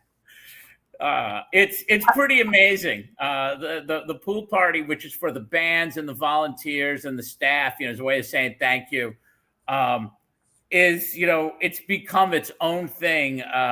Last year they did a special pool party T-shirt as a fundraiser featuring Chad the Pig, and this year they're doing a new one, and I wish I had the graphic here, but it's based on the Out of Step album jacket by Minor Threat. Okay. And we do it as a way of just, building that community, which is really what it's all about. Yeah. Yep. Before we go, Downstrokes, you guys were out there doing it, man, huh? We had a great time. We did 9 shows in 11 days throughout the UK and Ireland. Played with a really great band, our brothers from the UK, from the Manchester area, called the Long Shots. Okay. They are terrific. And then a bunch of shows in Ireland with a band called the GAC, who have 4 or 5 records out, and they are, Drew, you'd love them. You'd love both these bands. That's great. That's great. Well, there you go, everybody. Listen, Cumberland, Maryland, we're going to be out there. Incendiary Device, Agent Orange, Titus, Blitzkid, Jerry. If you're anywhere in that zone, come through. This is a very special, unique festival, the Savage Mountain Punk Festival. Come on through. Jerry, love you, man. You've been good to us. Anybody you want to thank? Anybody you want to shout out? I want to shout out, first of all the bands ever played for us. You, of course, Drew, gratitude. You mentioned my wife. My wife has stepped down as director of the organization. It's a burnout job. It's a burnout job. She'll be there. She'll just be our photographer. Yeah. She was with us in the UK and Ireland. She took 5,400 photos. So she'll be running the photos and just hanging out. Looking forward to seeing you, she said. Most of all, I want to thank everybody who comes out. We have people who come from 18 different states year after year to come to this. And it's small. Drew, you know this. It only fits about 300 people. So it is like a big family reunion, and I'm grateful for every member of that family, including you, my brother. And we will see you with a bunch of our friends. And you know what I'm looking forward to? That catered food upstairs. Oh yeah, that fucking catered food's fucking yummy. Hey, we take care of the bands, my brother. You do, man. I love you for it, man. I'll see you soon, Jerry. Thank you so much. Drew. Love you, man. Thank you. Gratitude. Bye bye. That's a good dude right there. And if you're in Maryland, man, you got to come to the Savage Mountain Punk Festival. It's really a blast. So. Yeah, this is the New York Hardcore Chronicles Live, and we are sponsored by blah, blah, blah, blah, blah, and Minty Fresh Presents. They're a promotion company that put on hardcore metal shows at Locals Bar in Manalapan, New Jersey. Founded by Chris Golis of Bulldoze and Frankie D'Angelis of Silence Equals Death, the shows are all ages with plenty of free parking. The kitchen's open all night and the bar until 2 a.m. If you're a band looking to play and you don't suck, or if you do suck but draw a fuckload of people, reach out to them at mintyfreshpresents@gmail.com. Ticket pre-sales for events are available at mintyfreshnj.com. Check them out on Instagram and mintyfreshnj and mintyfreshnj, and help spread the word to support DIY hardcore and metal in Central New Jersey. Minty Fresh Presents. Be careful reading the text on 3 hours sleep, kids. That said, let's clear the deck. Let's bring Jeff Ladd back on. Let's more Everything's Cool. Here we go. Welcome back. Thanks. Yeah, man. Let's continue on our fun show and tell. Another band that you documented with some real, I mean, this is your style, bro. I know you were young and you were maybe finding your footing, but I mean, this to me is a Jeff Ladd shot, man. Yeah. This is actually a super important photo for me. Sick of it all, CBGBs. And still to this day, it's 38 years old. It's literally one of the best pictures I made.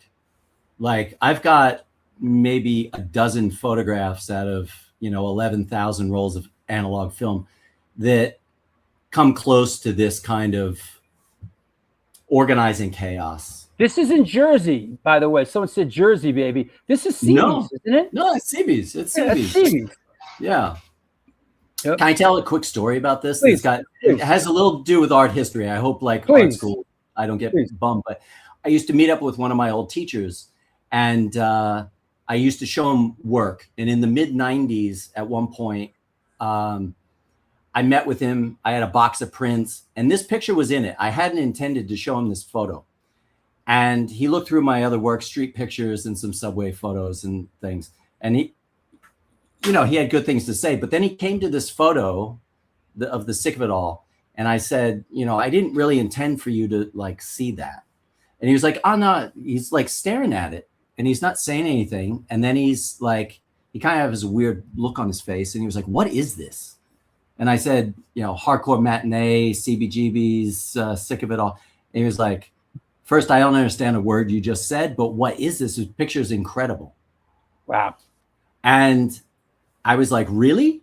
And he looked at me with like almost sad eyes, like, "Did you not learn a fucking thing that I taught you ever?" And then he was like, "Listen, do yourself a favor. Go up to the Met, the Metropolitan Museum of Art. Go to this particular room. Look for this artist named Domenico Rossetti." Mm-hmm. I go to the Met. There's a like Enlightenment paintings from Italy, and I find the piece that he's talking about, and this is panoramic of this bridge scene in Venice, and there's like 100 dudes on it that are literally beating the shit out of one another. And guys are hanging on the bridge, falling off and everything. And apparently, I didn't know this, but in Venice, like the bridges were a place where people would, like, rival gangs would come together and fight it out. And it was like soccer gangs or whatever? Yeah, people would like line the canals and everything. Sure. So I see this and it looks like a hardcore show, of course. And I went back to my teacher and I was like, "Yeah, I see what you mean. It looks like my hardcore show." And he goes, "No, not really. That's not really what I wanted you to look at." He was like, "When you draw something or paint something, you can control every bit of information. You control every face, every Sure. And paintings can look a little bit like hyper controlled." Mm-hmm. And he was like, "That's what this picture reminded me of, because I can see everyone and there's very little detail that doesn't make sense." It's like beautiful. It's beautiful, man. Look at the kid with his arm up, and it's just the arm up in the back, and also you see Craig on the top on the right. You see Craig Satari, who's who we were just talking about, is playing bass in The Take. Next to him in the tank top, that's Robis Chevaria, who was in Rest in Pieces and Straight Ahead, later in Helmet and Biohazard. I mean, it's not only a who's who of hardcore, but like everything. Even we have our one-handed bouncer there, who's like Max. I hope this doesn't sound like kind of like reading into the photo, but he's also helping up a dude whose hands you can't see in the photo. So this is what my teacher responded to this, and he was like, "Look at this picture, because this is something to learn from." And the amazing thing is, like, this picture was made like this. Like, I saw the stage diver, and it was like this. That's it. I didn't control, I could stand here and say, "Yeah, I meant to do that." But no, like, this is what is amazing about photography. And here's another one from that role, of course. Yeah, exactly. Probably a few frames later. All dudes, like two gals in there. Again. All dudes. Again. All dudes. Just all dudes. Yeah. It's like a gorilla cage, bro. Yeah. But this was another photograph that I never really paid much attention to. Sure. Because I had that other picture that was so important, but I actually like the slight tilt to this one. And it's like Lou coming around the corner, kind of falling into the crowd. Yeah. Photographs are interesting in so much that stuff that you kind of tossed away in the beginning and felt were absolutely irrelevant through the decades. I love when I rediscover a gem sort of in the bottom of the box and go, "Holy shit, look at this." Like, wow, like it went from the back of the pack being meaningless to something that is an incredibly vibrant, important historical photo. Yeah, I mean, this is a sore spot with my archive because, like I said, all those early colored pictures that I made at City Gardens, they might not have been like brilliant photographs, but it's all gone. But there were many other shows. I photographed Warzone at Pyramid Club. Wow. And at that one show, they had like thrown a smoke machine on high, and it filled the whole club with this choking smoke, and it looked fucking awesome. I made tons of photos, but I'm shooting with flash. So when I got the pictures, I developed the photos. All you see is just white. You see nothing. So I threw them right in the garbage. They went straight to the garbage because you couldn't see anything. But now with like digital scanning, I would probably be able to pull something out of those. And that happened time and time again because it's like I'm dealing with analog. And at the time, like, do you still have these negs? Oh yeah, yeah. No, everything that you've seen, I still have because I still have the negs, right? But my point being, like, I threw out so much stuff, and I was a really great printer. That's actually how I made my living in New York, working one-on-one with quite well-known photographers. If you're into photography, like making their exhibitions for the Museum of Modern Art or wherever they're showing. Right. So I could print really well, but if I, until digital scanning came along, if a roll or a negative was too difficult, there was a time when I got rid of shit, and it's like, it pains me to think about, because of course I shot a shit ton more than what winds up in the book. But yeah. Did a lot of stuff not end up in the book?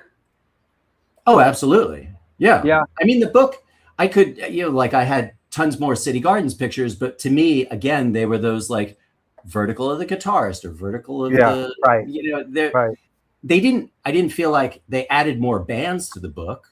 You know, I got Gangrene or I've got Marginal Man, but they didn't add anything to the book that felt relevant to. Well, here, I guess just to let these are sort of those infamous vertical City Gardens shots, and this is Fugazi, right?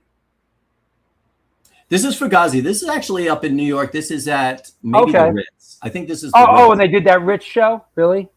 Yeah, they did. They did a couple, and they also did some Roseland. I have some Roseland photographs. Again, this is one that I never paid attention to until recently. Right. Hey, for those asking, is the book in stores, Jeff? Yeah, well, like Revelation Records has is this publisher Underwelt Books, which means Underworld Books in German. It's Revelation has them. If you're in Europe, Cortex Records has them, so you can order them easily online. There are certain individual shops that have taken small stocks of the book, but I don't have a list of like brick and mortar retailers. We saw the book at Generation Records. Yeah. Oh, I'm honored that they took it. The layout of the book is very different. Were you involved in designing the book? I did the whole thing. It's really different. Really cool, man. You really did a great job with it, man. I consider half of my art, so to speak, like making photographs, and then the other half is making books. And I did this exposed binding mainly for the reason that a lot of the pictures run across the gutter of the book, the center. Right. So the book has to lay super flat. Otherwise the pictures get eaten. A normal binding, the book would be like this. Yeah. Right. And you lose everything. Yeah, it's absolutely different, man. It's I wanted to just mention, it's not Fisher Price, my first photo book. Thank you. I did want to mention, because like every book I do is a little bit experimental. Like there's no captions that tell you what the bands are like on the page. And the reason why I did that was every layout that I had done before that had that Sick of It All or Breakdown or whatever, it just robbed the book of the energy. I wanted this book actually not to be a book of band photos, but for it to actually kind of somehow harness or approximate the energy of the gig. And anytime there were captions or texts or things, it just took away from that, and it just became a band book. And interesting. Have to, like, I took a leap, and I know some people are like, oh, I want to know what this is. You can tell very easily. In the center of the book, there's a list of side A, side B, almost like an imaginary record. And that's the order that the bands appear. This is side A. Also on the back, And on the back, there's the venues. Yeah. But for me, it was important, even page numbers. Like I didn't even want page numbers because it just drew away from this feeling. To me, the book is not about bands. The book is about these places. These places affected me so deeply. It's my, I know it's not very hardcore to say, but it's like, it's literally my love letter to CBGBs. It's my love letter to the Anthrax and Kennel Club and City Gardens and, like Ken Flavel's garage in Tabernacle, New Jersey, when I used to watch his band Failsafe practice and later Turning Point.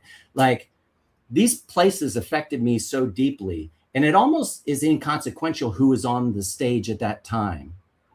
You know what I mean? Yeah. Like, that's what the book is for me.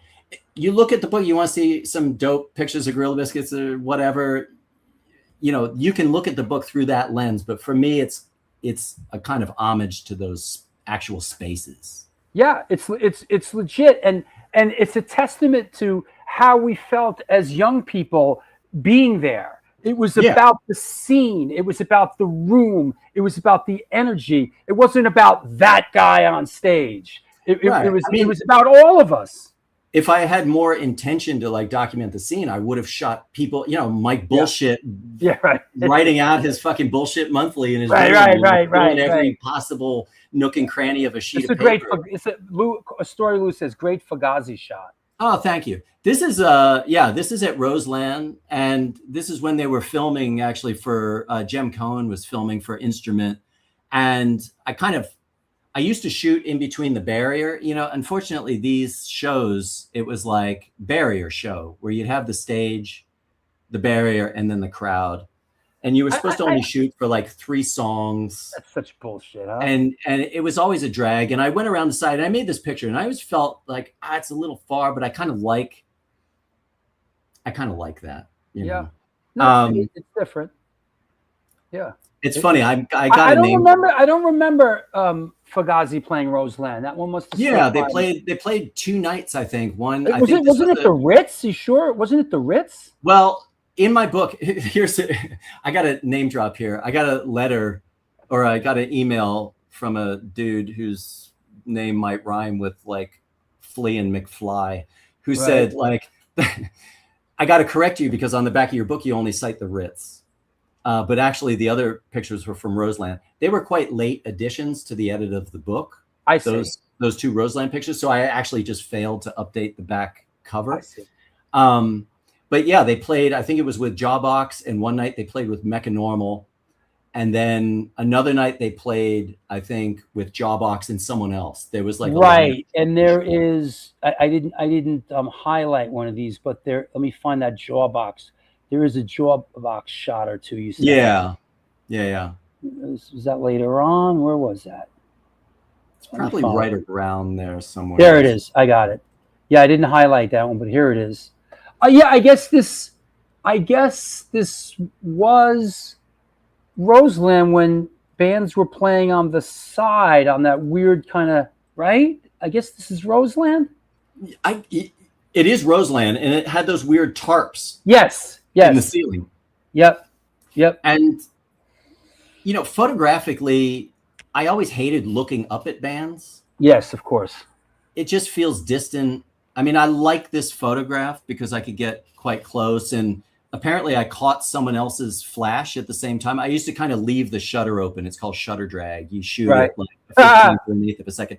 But I caught, you know, someone else's flash. To Kim Coletta's. And but the thing I love about the small venues is that, you know, I used a wide angle lens to get closer, and the big stages looking up, it just somehow feels distant and robs power of the photos. I mean, I made some interesting photographs, but for me, the ones where I could, you know, close that distance and not have like the fucking monitor in I guess that's like an inevitable jump and challenge that many photographers had to go through, from shooting my little band in my little space with my little scene to like my band's playing Rose is on a big stage now with the barrier, and things fucking change. Well, I mean, that's why the book essentially stops at 92. I was still shooting, you know, I'm not a music photographer. I'm just photographing. I made these pictures, but if you call me a music photographer, because half the people I saw, I didn't shoot. But after 92, a lot of places were very skeptical. If you showed up with a camera, they're like, no, you can't bring that in here. Do you have a press pass? Do you have this? Right. They make you, a couple times I had to check, you know, my Leica is my like life's blood. It's my connection, part of my connection to the world. To check it into a fucking coat check, it's like asking you know, some musician, hey, check your guitar in here because you can't Yep. bring it in. Yep. So I was carrying my camera all the time, and there were several instances when I went to see music, not necessarily CB's. CB's was always cool about it, and there were other places, you know, Continental or wherever. But a lot of places like Roseland, you had to do this fucking song and dance to get your camera in there, and it was just a bummer because I didn't know ahead of time, and it was really stressful. So I stopped shooting. Was this the first time that Rollins, the Rollins band came to town and played CB's? I don't know if it's the first time. I think they played before, but this was 2 nights. They played 2 consecutive nights in April '92, and it was right when End of Silence dropped. Yeah, they were blowing up. They were having a moment, man. They were blowing up. They were having a moment, and they played CB's, which was like, fuck yes. I went to both nights. I went to one of those nights. It was Tool. It was killer. You remember Tool opened? Yeah, it was killer. I also, you know who had a moment like that at CB's? I saw Body Count the first time they played New York. It was at CBGB's. They were blowing up. First time ever in New York, and they played CB's, and it was bananas. Incredible. About that Rollins band, just really quick. Please. Like, they played 2 nights, didn't repeat a second. I think the first night they played at all of End of Silence and maybe had Vernon Reid come and play a couple like encores with them, like MC5, Kick Out the Jams and shit. And then the second night, I think maybe they played all of Lifetime, but they didn't repeat a single song. And I shot 8 rolls. I'm not a heavy shooter, okay? Right. But I shot 4 rolls each night. But Drew, I ask you, how many rolls did I shoot of Tool? None. How many pictures did I take of Tool? None. What the fuck, man? Yeah. I wasn't into it. But you know what? Like, I found out later that, you know who engineered their first EP? The Opiate EP? Tool? Steve Hansgen. Steve Hansgen. Yeah. Yeah, he was on the show for Minor Threat. Yeah. Oh, no shit. I was like, oh, well, I'd at least take a picture because of that. Yeah, I don't know, man.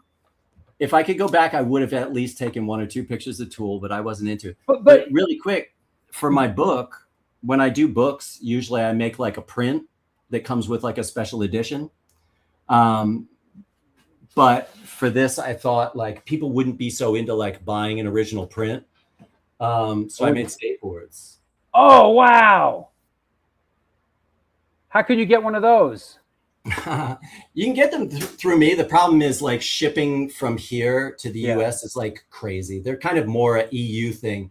But, you know, I got into punk through skateboarding. When I did the book, I was like, maybe not so many people are into paying a couple €100 for a gelatin silver print out of my dark room. I'll make boards, you know, they're like €75, but I was super like psyched the way this one turned out. And then I did 2 versions. This was like one of the earliest photos, this blurry crowd shot from City Gardens. Awesome. Where this was a mistake photo. Like my flash didn't go off. And I never I couldn't even see this picture on the contact sheet because it would just show up black. It's not until digital scanning that I could like see that. And I think this was either DOI or Suicidal Tendencies at City Gardens. Right. But anyway, I was like an extra thing. We did a book event here in Cologne at my local skate park called North Brigade. And we had like almost 300 people show up to this thing. I had a photo exhibit, full day skate session. I still skate. Live bands. I had 2 great local bands, Chemical Threat, who opened their set with a fucking gnarly version of The Abused, Just Another Fool. And this other band, Angel, which, you know, I hate to play favorites, but they're like one of my favorite local bands. I was honored. They played the show. We had it was like 8-hour long day.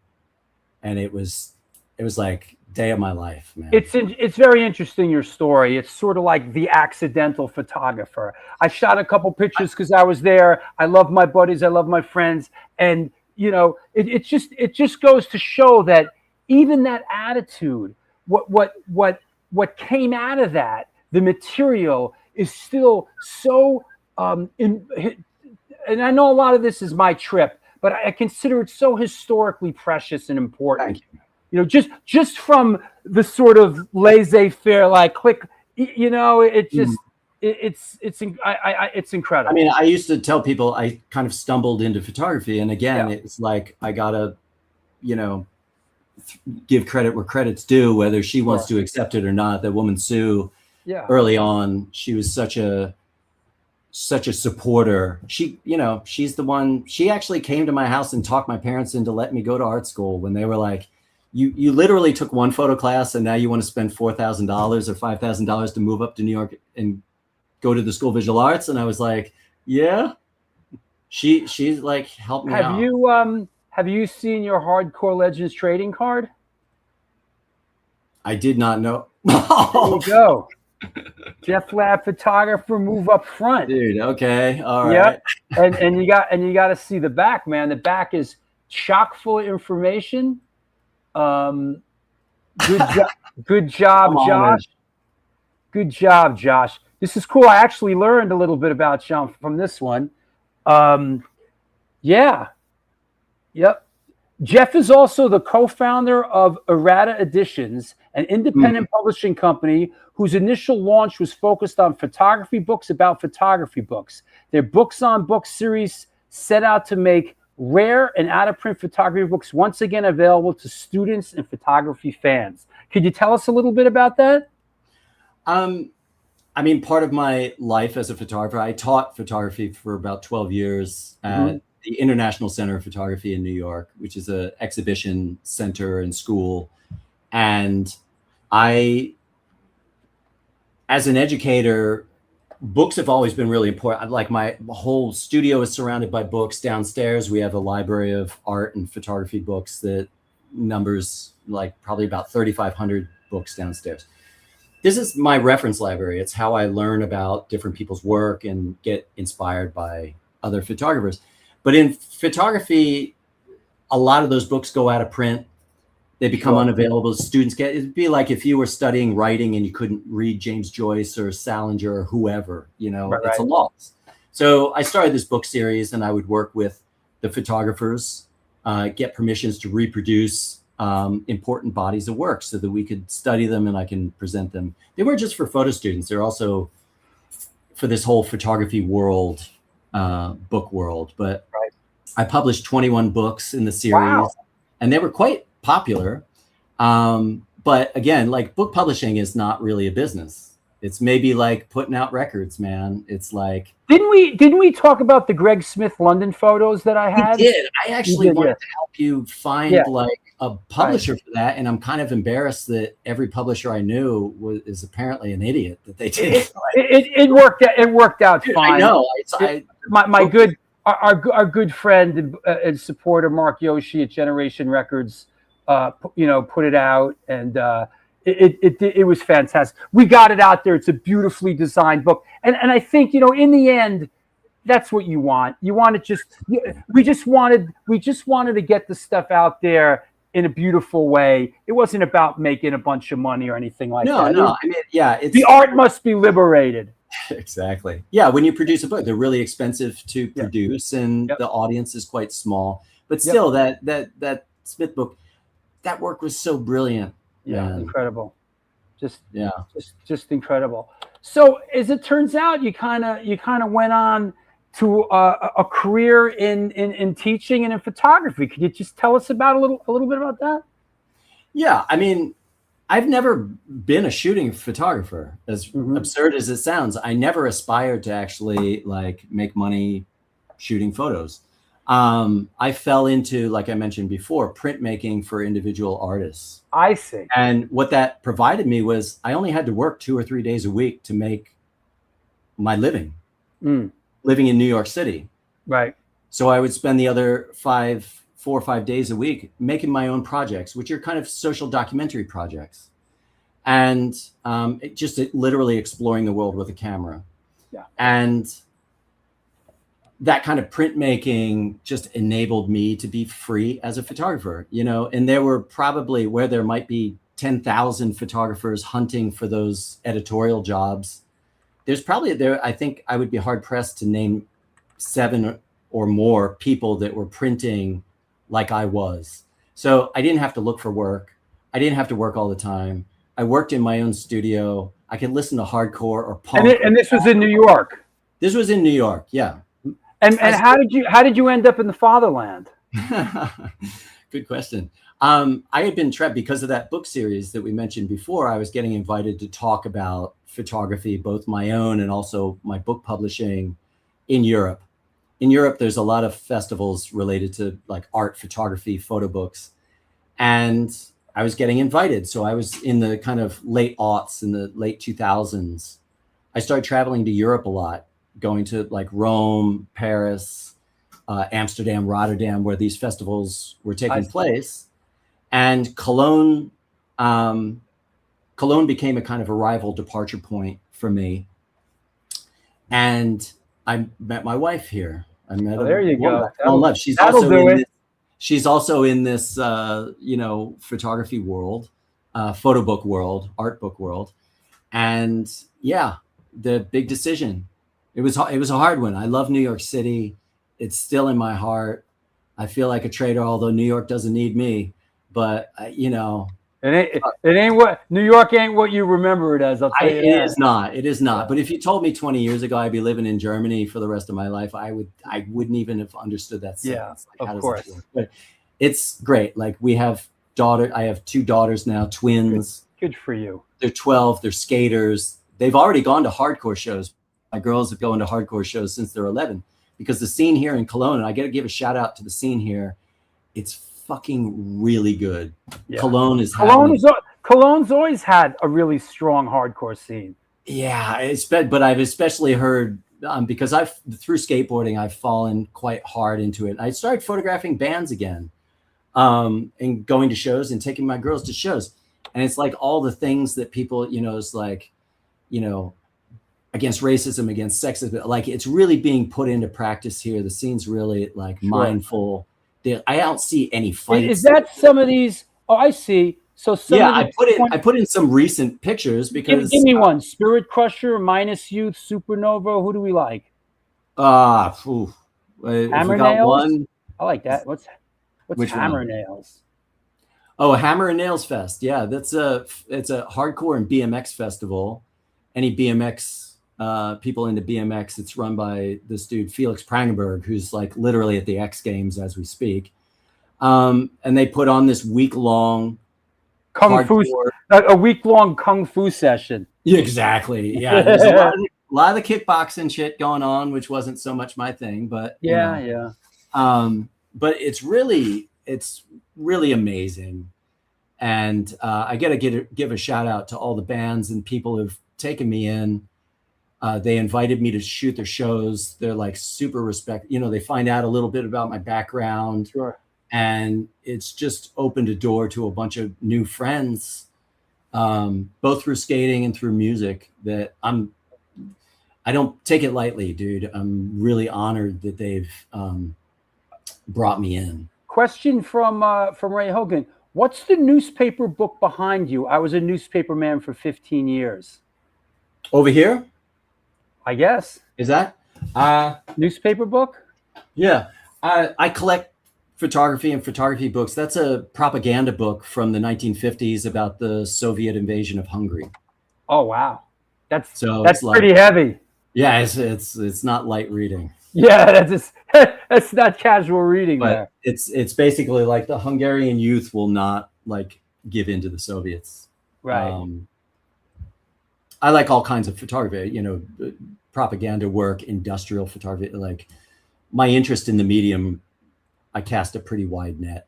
Is this the Supernova Festival or is this a band Supernova? No, there's a band from the UK. I got a shout out. That's Lindsay singing Straight Edge Revenge, actually. Uh-huh. They're a straight edge London hardcore band. The dude off to the left there with the straight ahead shirt and doing a little pointy finger. Yeah. That's my boy Felix Prangenberg, the BMX Pro, and he's the one that organizes the festival. He was a singer of a band called Look Ahead, which was like a youth crew throwback, total Tommy Carroll vibes with this dude. Right.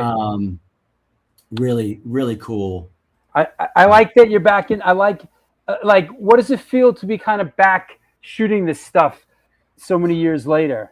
it's not just being back. Like there was, like I always saw live music, but I started seeing bands like, you know, Laughing Hyenas and Dinosaur Jr. And, Sure, you know, sure. like I was seeing a lot less like hardcore shows. Yeah. I've always loved live music, but like going back to like hardcore shows now, I'm 57 years old and I find myself, I'm like a 15-year-old again. Right. I like literally, I cannot stand still.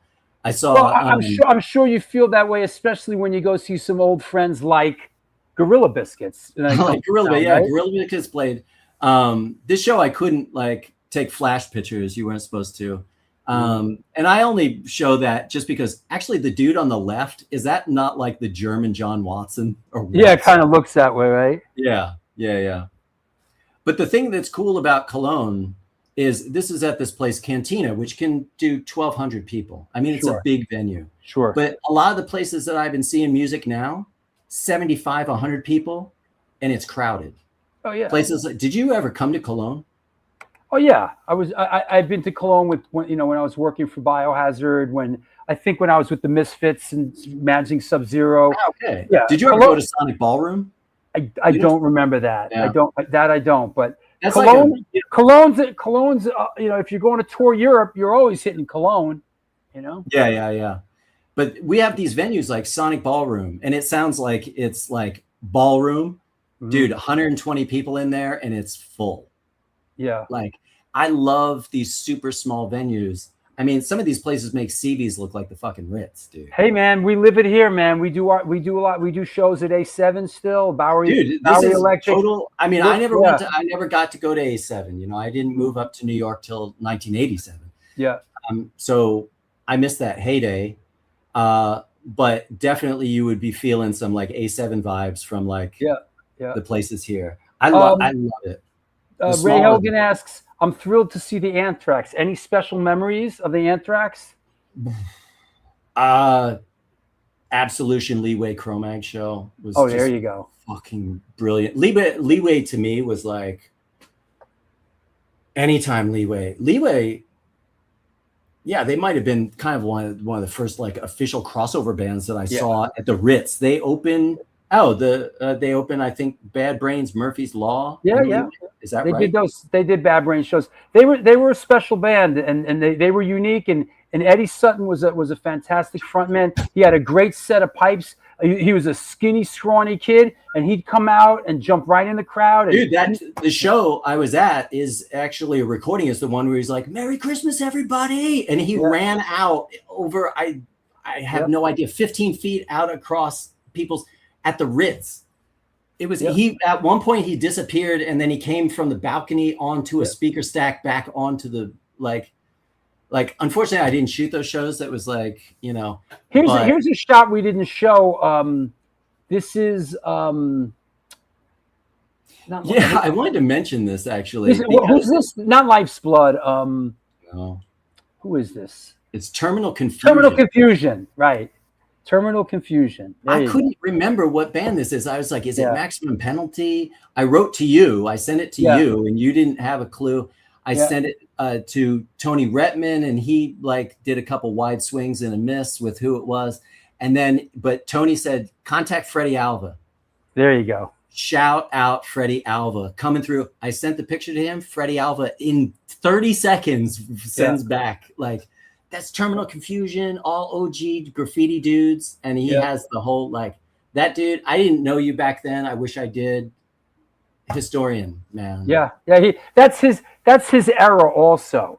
Absolutely. Like I said, this is his era. Yeah. But like without that, and like, it's worth saying too, a lot of these bands were tied in with the graffiti and the skating scene at the time. Yeah. He named all these dudes graffiti names. Yeah, like, right. Yeah, that's his thing. And down in the bottom, the woman in the corner there, she used to run that Last Days zine. Was her name Gina or Dina? I don't know. Yeah, I used to get Last Days fanzine. And but like, that's she was a photographer too. I think unfortunately she died. I think she's no longer with us. But what does the future hold? Is there any surprises? Is there any outtakes? Could there be another book or like?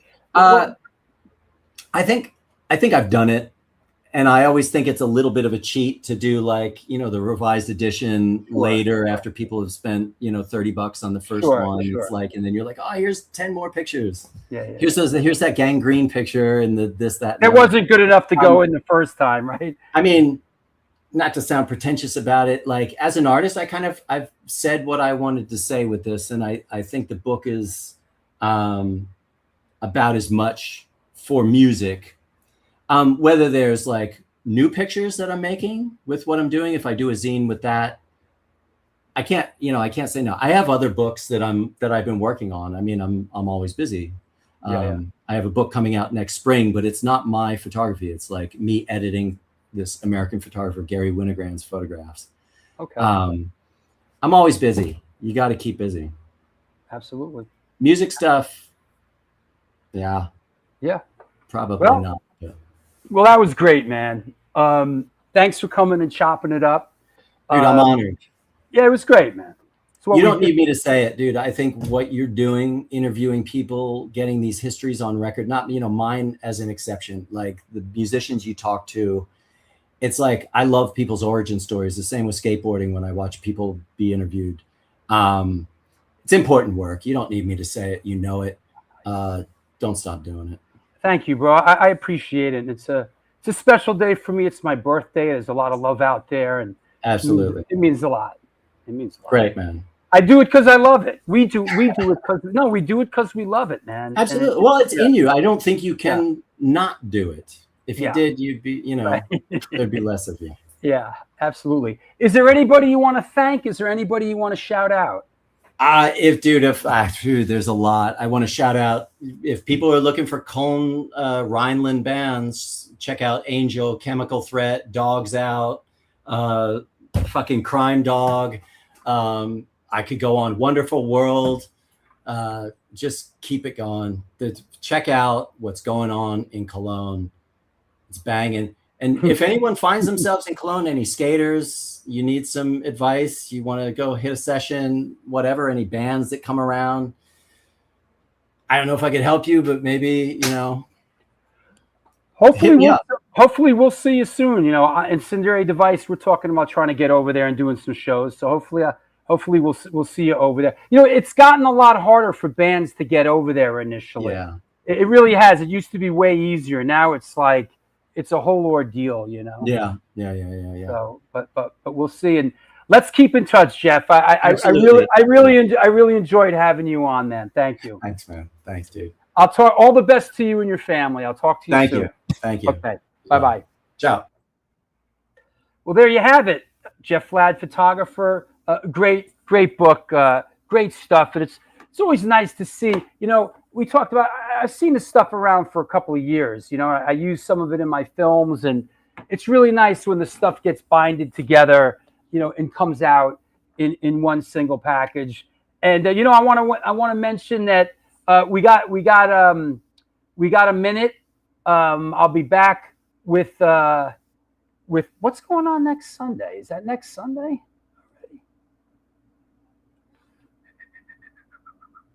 Is that right? That's crazy. There's no show on Sunday. Holy shit, I'm not doing anything a week from today. That's happened like 3 times in the past 6 years. We're not doing this show and I'm not playing. I don't know why that happened. Something must have got moved. But we're back here Wednesday, July 8th with Pat Flynn from Have Heart and from Fiddlehead. Then co-hosted by Lori Dawn, we got Joey Vera of Armored Saint and Fate's Warning on Wednesday, July 15th. Joel Gostin co-hosting. We got Bob Burt from Sonic Youth, Pussy Galore, Lydia Lunch, John Spencer, and Chrome Cranks. There's your Dwarves guy who was asking before. Black Dahlia of the Dwarves on Sunday, July 26th. We got Ty of Slapshot on Sunday, August 2nd. Bring it on down with Jason Goldberg of Bad Luck 13, Wednesday, August 5th. We got Milo from The Descendants celebrating the 40th anniversary reissue of Enjoy on Sunday, August 16th. And then, of course, you know, we got the big banger coming up. Bill Ward from Black Sabbath will be on. He'll be our guest on the landmark 450th show. So Get your shoes and socks on, kids. Wednesday, October 7th. Bill Ward from Black Sabbath will be on the New York Hardcore Chronicles Live. So there you go. There's your Blag guy, right? How about that? I don't know what happened that I'm not doing this show and we're not playing. Something must have moved or got canceled, because that's happened 3 times in 6 years. Going to Florida tomorrow through Friday.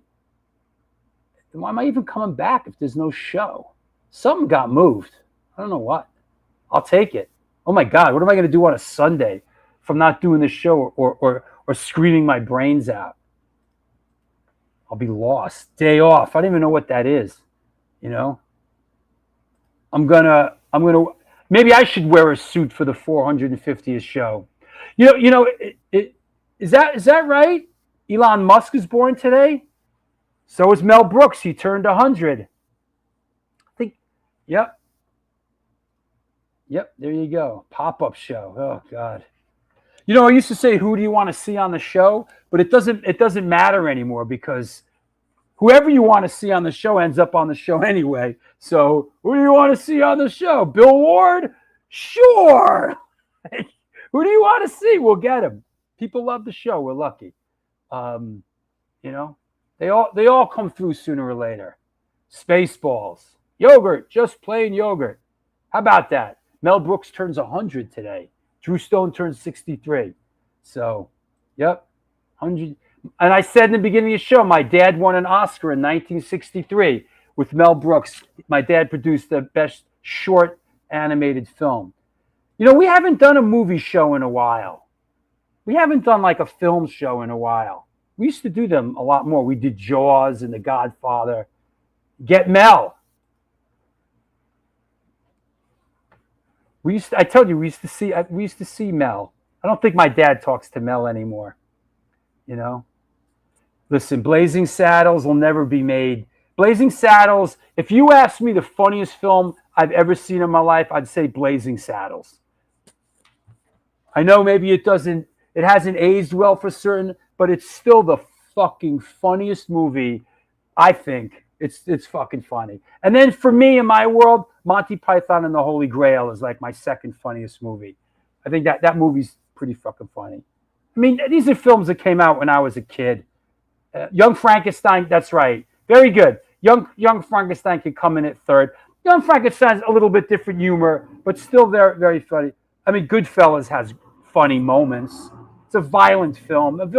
You know, Goodfellas has some real Casino has some real violence in it too. Like, there's some real violence, man. Like, you know, Airplane. I never really connected with Airplane. 1941. I saw that in the movies. It was awful. That Steven Spielberg abomination. 1941 was awful. Yo, we watched The Omen recently.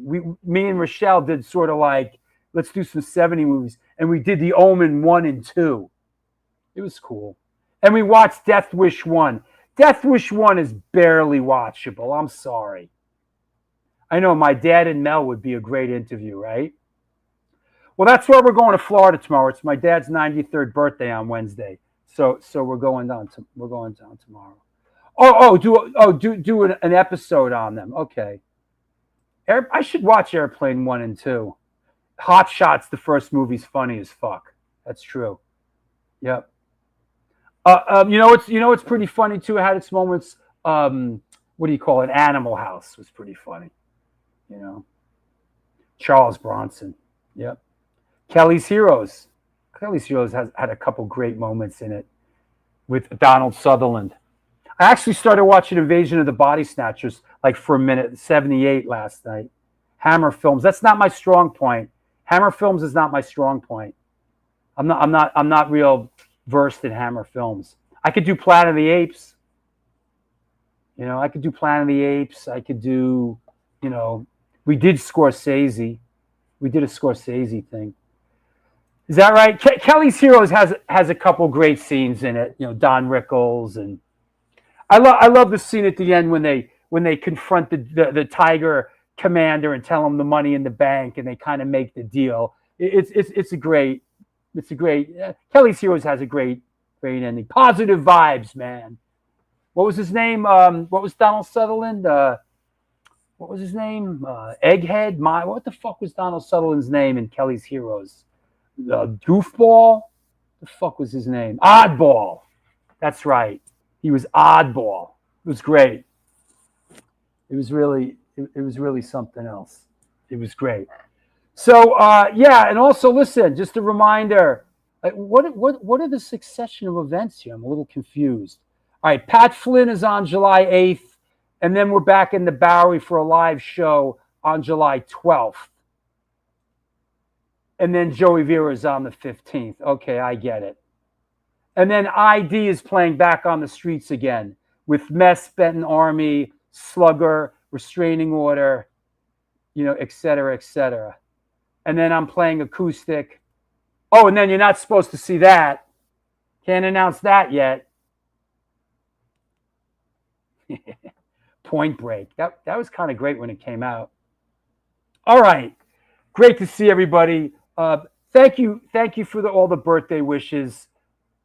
Man, you guys, I have a rich, full life, and not to sound corny, but just thank you all so much for just being a part of this. I really, I know, I really appreciate you. We all hear that a lot, but I really do. I really, you guys are awesome, and thanks again, everybody, man. I love you guys so much. Who would have thought, that my career would kind of take this kind of turn, that Waddy and Stigma singing together. Yeah, Waddy was great, man. Waddy's my dude now. Like Waddy texts me all the time. Like, Waddy's my dude. So thanks a lot, everybody. I'll see you guys soon. You know the deal, man. Just do good things, man. Tell your loved ones that you love them. Life is fucking short. It really is, man. So let's go. Do good things, and good things will come to you. I'll talk to you soon.